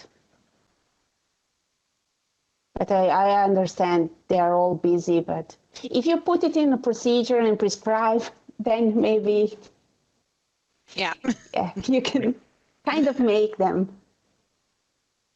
But our PV department is really nice from the start. From the very beginning, we established a nice collaboration. So I'm happy for that. Thank you. Welcome. Colleagues, please feel free to share your experience. We would like to hear. If not, Eva, perhaps people get a little bit more interactive if we put our Slido. Yeah. Excuse me, Anna, but this is quite informal, so don't hesitate, just ask anything you would like. We have one question in the Q&A section of the chat from Montenegro. Hi, Maya, thank you for your question. So I don't know if you can see it or how. Hello, Eva. Hi. Maya here, hello to you and hello to Annabelle. Yes, I would like to emphasize that we really have a very good collaboration with Helmet, with their inspectors and with their pharmacovigilance assessors. And my question would be, is actually what can be trigger for pre-marketing authorization pharmacovigilance inspection? Thank you for this question, Maya. So we haven't had any pre-authorization inspections so far, but from our understanding, this would be if the marketing authorization holder is new on the market, and depending on the drugs they are planning to market of their portfolio, if these are only OTC products, then probably not. But if they are dealing with biosimilars, for example, then we would be curious to see how they manage to establish the pharmacovigilance system, especially if the qualified person is not known to the agency. We have never inspected them previously. Many of the MAHs, I have to say, in Croatia, subcontract their local qualified person for pharmacovigilance. So we have several companies that provide this activity, so we know them from other inspections. But if someone new wanted to enter the market, this could trigger the inspection. Also, our assessors at the other department who review the documents of the submitted dossiers of drugs might see something in the document submitted that could trigger inspection from their side. I know for the GMP side it is a case. They first try to consult our GMP colleagues, but we have never been consulted or asked for any input from them. But I guess perhaps they could also observe something.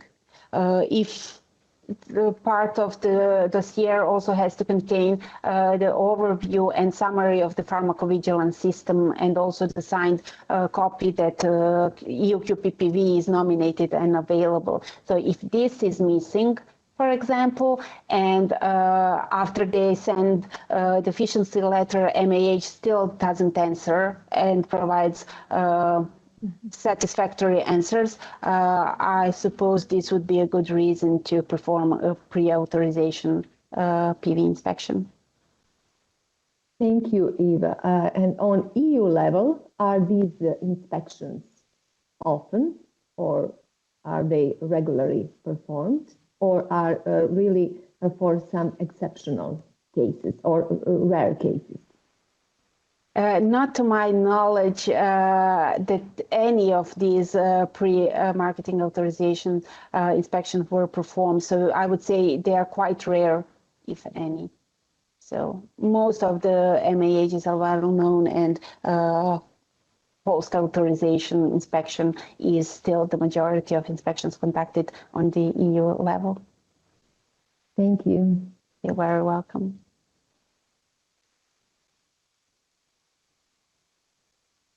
Eva, I was just proposing that perhaps we can put some questions to the participants, as they don't ask us questions, and then we can come back again to leave some time for colleagues to ask questions again, if it's okay for you. Excellent idea. Okay. Clema, will you be ready? So participants have been involved in the previous session, so this is the same we have done in other sessions. Just use one of your devices, scan the QR code to include the number, and yeah, here we go. And we'll give, some questions are very easy, I suppose, so we'll give 1 minute.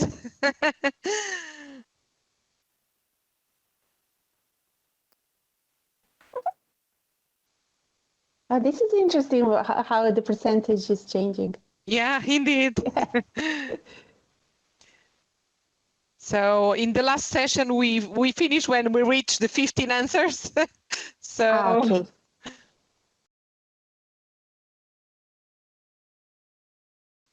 Okay, Eva, perhaps you can already comment if you would like to make a comment to this. Yes, the trick part in this question was this must. It does not have to be announced. As we said, we have announced and unannounced inspections. So it's up to us. If we think that the announcement of the inspection could jeopardize the inspection outcome, then it doesn't need to be announced. So, but if it's announced, then it leaves enough time for MAH to prepare for the inspection. So the right answer would be no. Okay, thank you. Next one. So waiting for answers. Great start.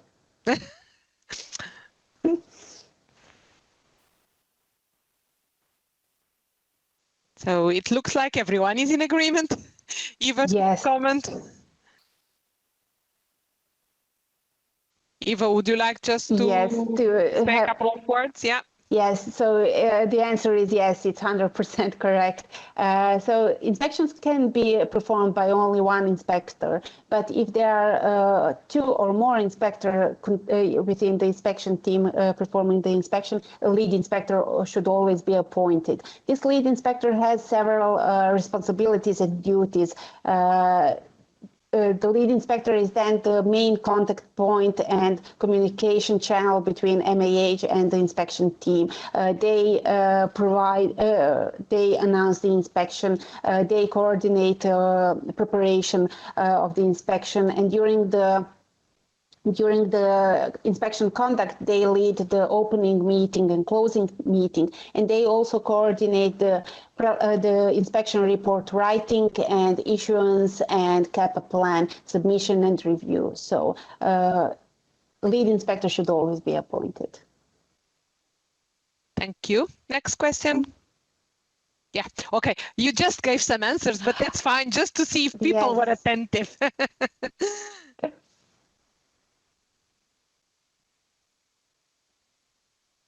It's always good to do some repetition. Yeah.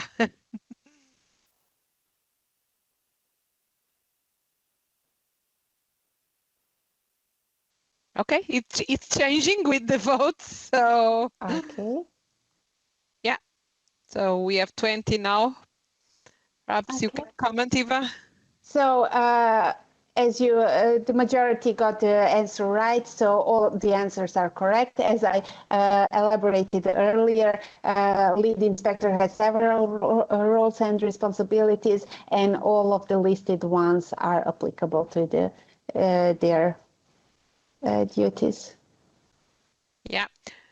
That's fine. Just freeze the page there, Clema, because in between we have a question in the chat. So before we get more and then it gets lost. So there is a question from Marcella, if there is a GCP or pharmacovigilance inspection report template publicly available. Yes, there is. As I mentioned, that we are drafting our inspection plan according to the one part of the inspection report template, where it lists all the areas that should be covered. So this template is available under one of the links I provided in the my presentation, and it is part of this set of union procedures, these documents that define inspection process on European level and are followed during supervisory authority inspections, but it is also recommended for all the national inspectorates to align their processes and procedures with the union procedures.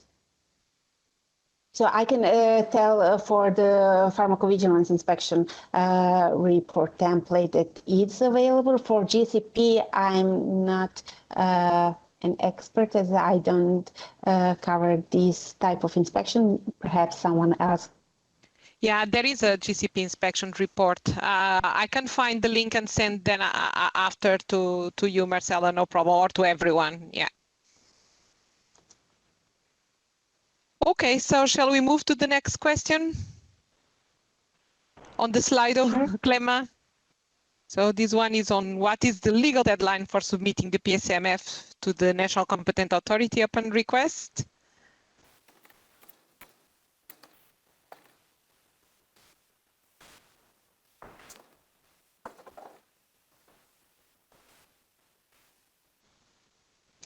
So we reached almost, yes, 20 answers. Yeah, and I see the answer number 2 is rising in, but the answer number 1 is correct one. So the legal deadline for submitting Psmf to the National Competent Authority upon request is within 7 days of the request. It is defined in European legislation, but it is also defined in our local, in Croatia, in our local legislation. So they have 7 days when you make the request. This is considered as enough time to update the Psmf, although the text itself we expect it to be updated continuously, but the annexes that contain up-to-date information can be retrieved and then the whole document compiled, reviewed, and sent to us. Yep, Great job. Thank you. Next question, Clema.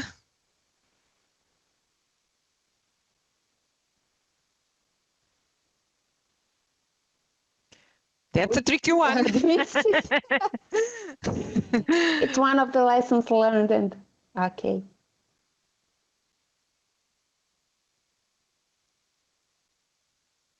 I know why this might be make a confusion. But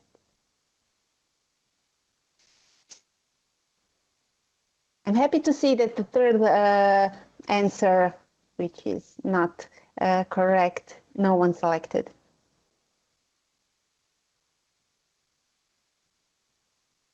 Okay, so we reached again more than 20 answers, so you did a great job again.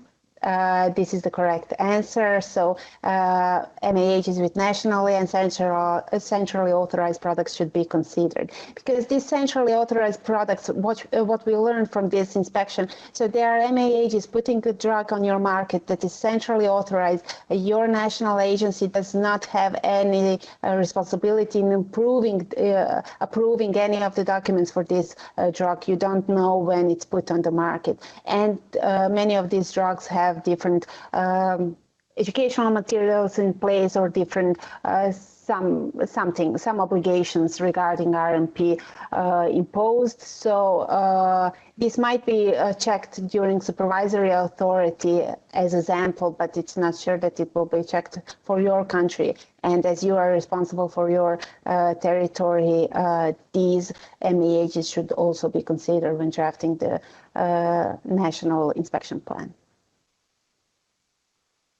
Thank you, Eva.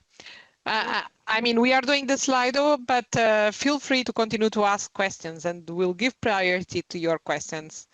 Next question, Clema. So, question on supervisory authority. Mm-hmm. And how it's determined.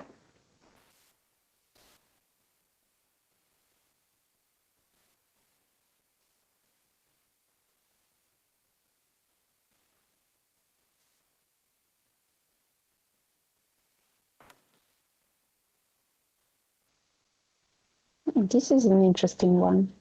Yeah, very split. Yes, it's a tie.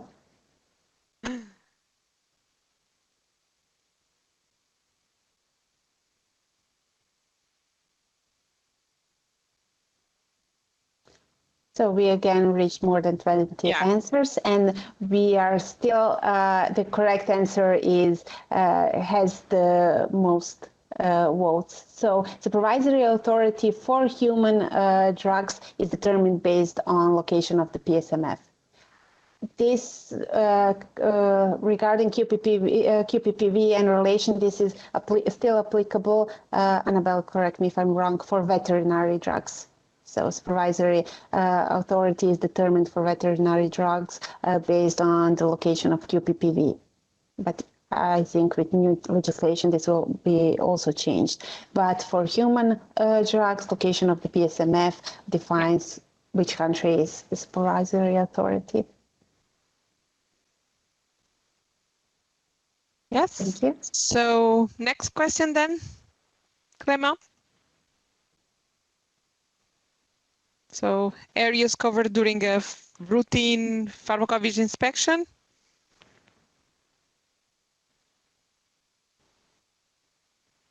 And I think many of these things were mentioned during your presentation. So exactly.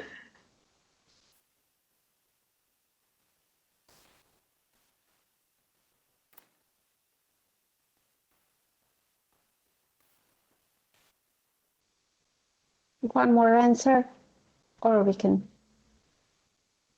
continue. Yeah, you can start. Yeah, yes. Yeah. So all the answers are correct. So routinely we cover here. Thank you. So we have 20 answers, 95%. All of these areas are routinely covered during the inspection. So some of them include quality management system and RMP, and also the safety variation management is also routinely covered. Sorry. So yes, great job again.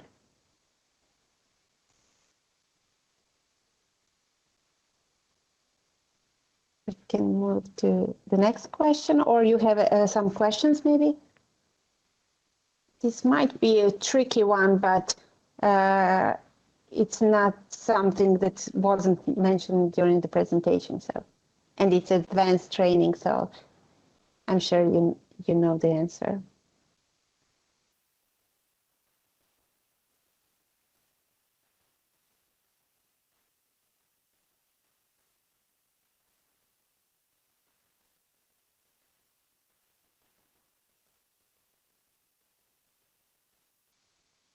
Okay. Okay, so we reached almost 20 answers, and again, you got this one right. Non-implementing educational materials at all or on time could be considered as a critical deficiency. I put it here could because we have to have a complete overview what's behind this non-compliance just to assess something as critical. We have to bear in mind that RMP and these educational materials are some condition under which these drugs can be put on the market and still be in the market, and for which by following instructions provided in these educational materials, the benefits of using this drug outweighs the risks. So these are quite important. This is something we work on really hard, and so this should be followed and obeyed. Thank you, Eva. We just stop here a little bit because we have a question on the chat. So we have a question from Britta with regards to the location of the Psmf. So do you feel that the location of the Psmf as a determining factor for the supervisory authority is outdated in times where most documents are stored digitally in data clouds? Thank you for the question. I understand your question as well, but there was we had to find some criteria for determination of supervisory authority. Previously, it was QPPV, but then it was agreed by for the location of the Psmf. As you see, Psmf location has to be registered in the certain European database, and also the location of this Psmf needs to be entered there. So this was, and the location of the Psmf is not changed that frequently, so we consider this as something that was stable prior to Brexit. I'm not taking Brexit into account when many Psmfs had to be moved. So there is for sure reason behind why also the veterinary legislation is changing for the veterinary medicines, and they are determining the supervisory authority also based on the location of the Psmf and not QPPV anymore. But I'm not responsible for this type of inspection, so I don't know really the reason behind. I don't know if any other colleagues who joined this call know the story behind this. But this was, yes, the idea that from one place in the EU, the Psmf can be directly accessed. I do understand that now with cloud data, it can be accessed from everywhere, but I assume they just needed to define somehow who will be responsible for the whole system, who will be named the supervisory authority. Otherwise, yes. And Britta has a good follow-up question. So have you ever felt that the marketing authorization holder put his Psmf in a certain place to escape a certain supervisory authority? Yes, yes. It really happened. So it's just, let's say, catch me if you can game. But they are not profiting from that there because they trigger joint inspection. So yes, but there were some who tried to do this. But we receive periodical data of changes of the location of the Psmf. This was also Brexit related, but also we see for other MAHs. So it just triggers joint inspection. Thank you, Eva. Yes. And any other colleague from EU member states that would like to comment, as Eva was mentioning? Anyone that has a little bit more background on? Okay. Thank you, Britta. Yeah, thank you very much, Eva. So then we go back to the Slido. Clement, can we have the next question? Thank you. So about the QPPV.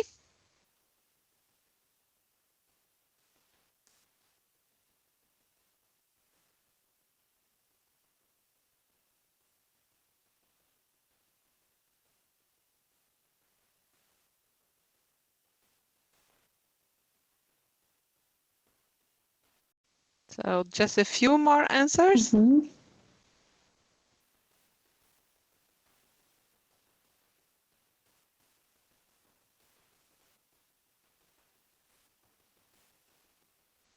Yes, Eva, perhaps you can start commenting. Okay, so 100% of correct answers we have here. So the QPPV role is really legally defined.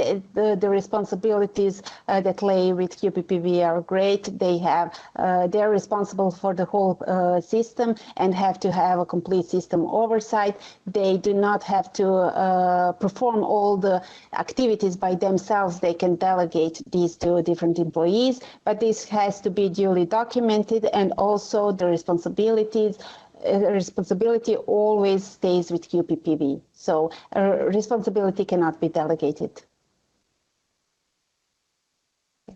Yeah, thank you. Next question, Clema.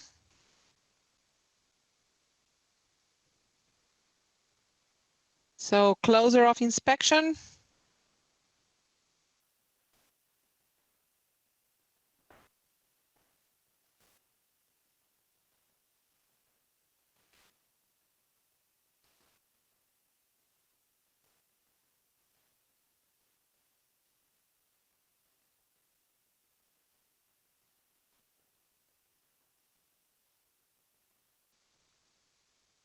Okay, a few more answers.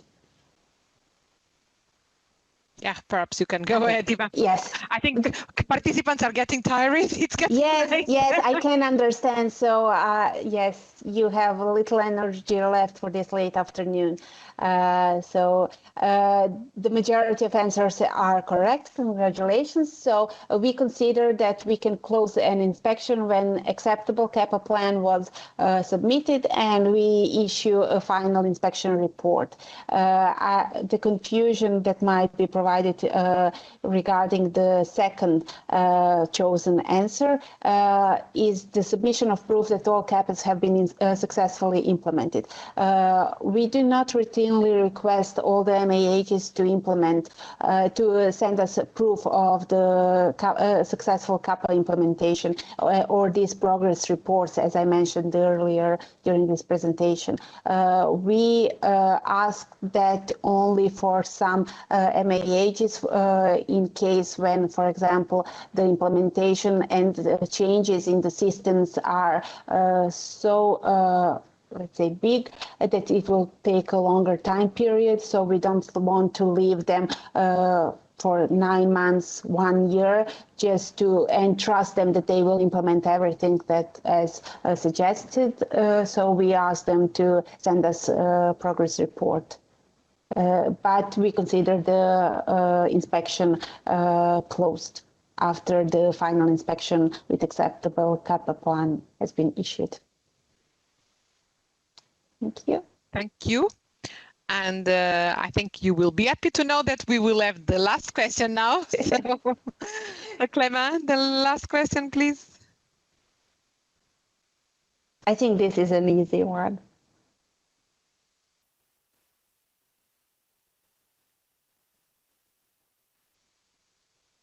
I think I was right. Yes.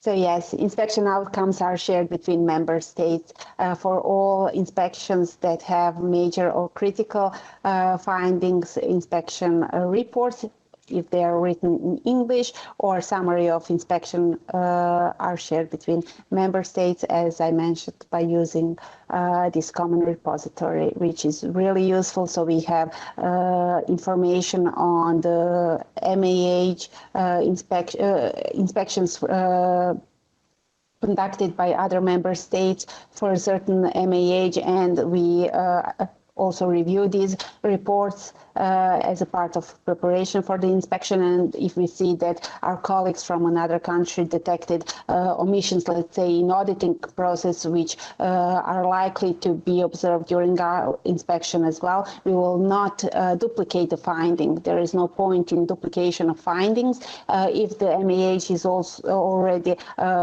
correcting everything what was observed, if the CAPA plan is in place. So we communicate them during the inspection that we we know that they have some issues regarding this process and to see where they stand at the time point. And we know that in the our inspection report, but we will not make this as a finding. Thank you. Thank you so much, Eva. Thank you, Clema, for the support with the Slido. So I think we are coming to an end, but I will still give the opportunity for 1 or 2 more questions.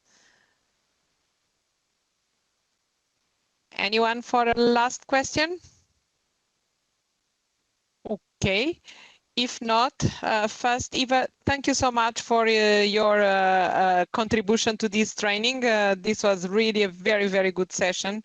And I hope colleagues had enjoyed it and that learned a lot with it.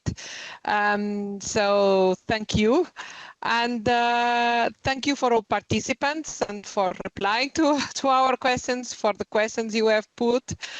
So this was the last session of this training, of this advanced training. So you had 3 days and this was really the last session. So I just would like to thank all the participants for bearing with us for these 3 days. I think it has been intensive, probably lots of information, but I'm pretty sure you will have like now a number of references and that you can consult and that you can further explore at your own pace. I know that we are thinking in future trainings. I know there are topics that have been mentioned during this training that will be worthy to further present, mainly like GMP inspections and risk management plans. So these are topics that have been mentioned during this week as potential ones for future trainings. So we will take that into account. And again, not only for topics, but for the general format of the training and so on, it will be very important that you fill in the survey we have sent. So if you didn't have the time during the break, please do it still today or then in the upcoming days, because this is really valuable information for us. Also for us, it's very good, it's very important to know in terms of participants and number of participants. So I know that some agencies were connected just with one connection and you had a number of colleagues in a room, or so if these agencies can send us really the list of participants that were participating in the training, that will be very much appreciated. And I think with this, I also would like to thank very much Sandra and Clement that have been really highly involved in this training with all the preparation, sending invitations, chasing the presenters for the slides and helping us with all the things during the day. So thank you so much, Clement and Sandra, for your really valuable support on this. And yeah, if no one else has a final question, I'll just give a couple of seconds. Okay, if not, it's always nice to finish 10 minutes earlier at this time of the day. I know for some of you it's even later than here, so it's thank you so much for your participation, and please provide us your feedback and enjoy your evening. Thank you, everyone.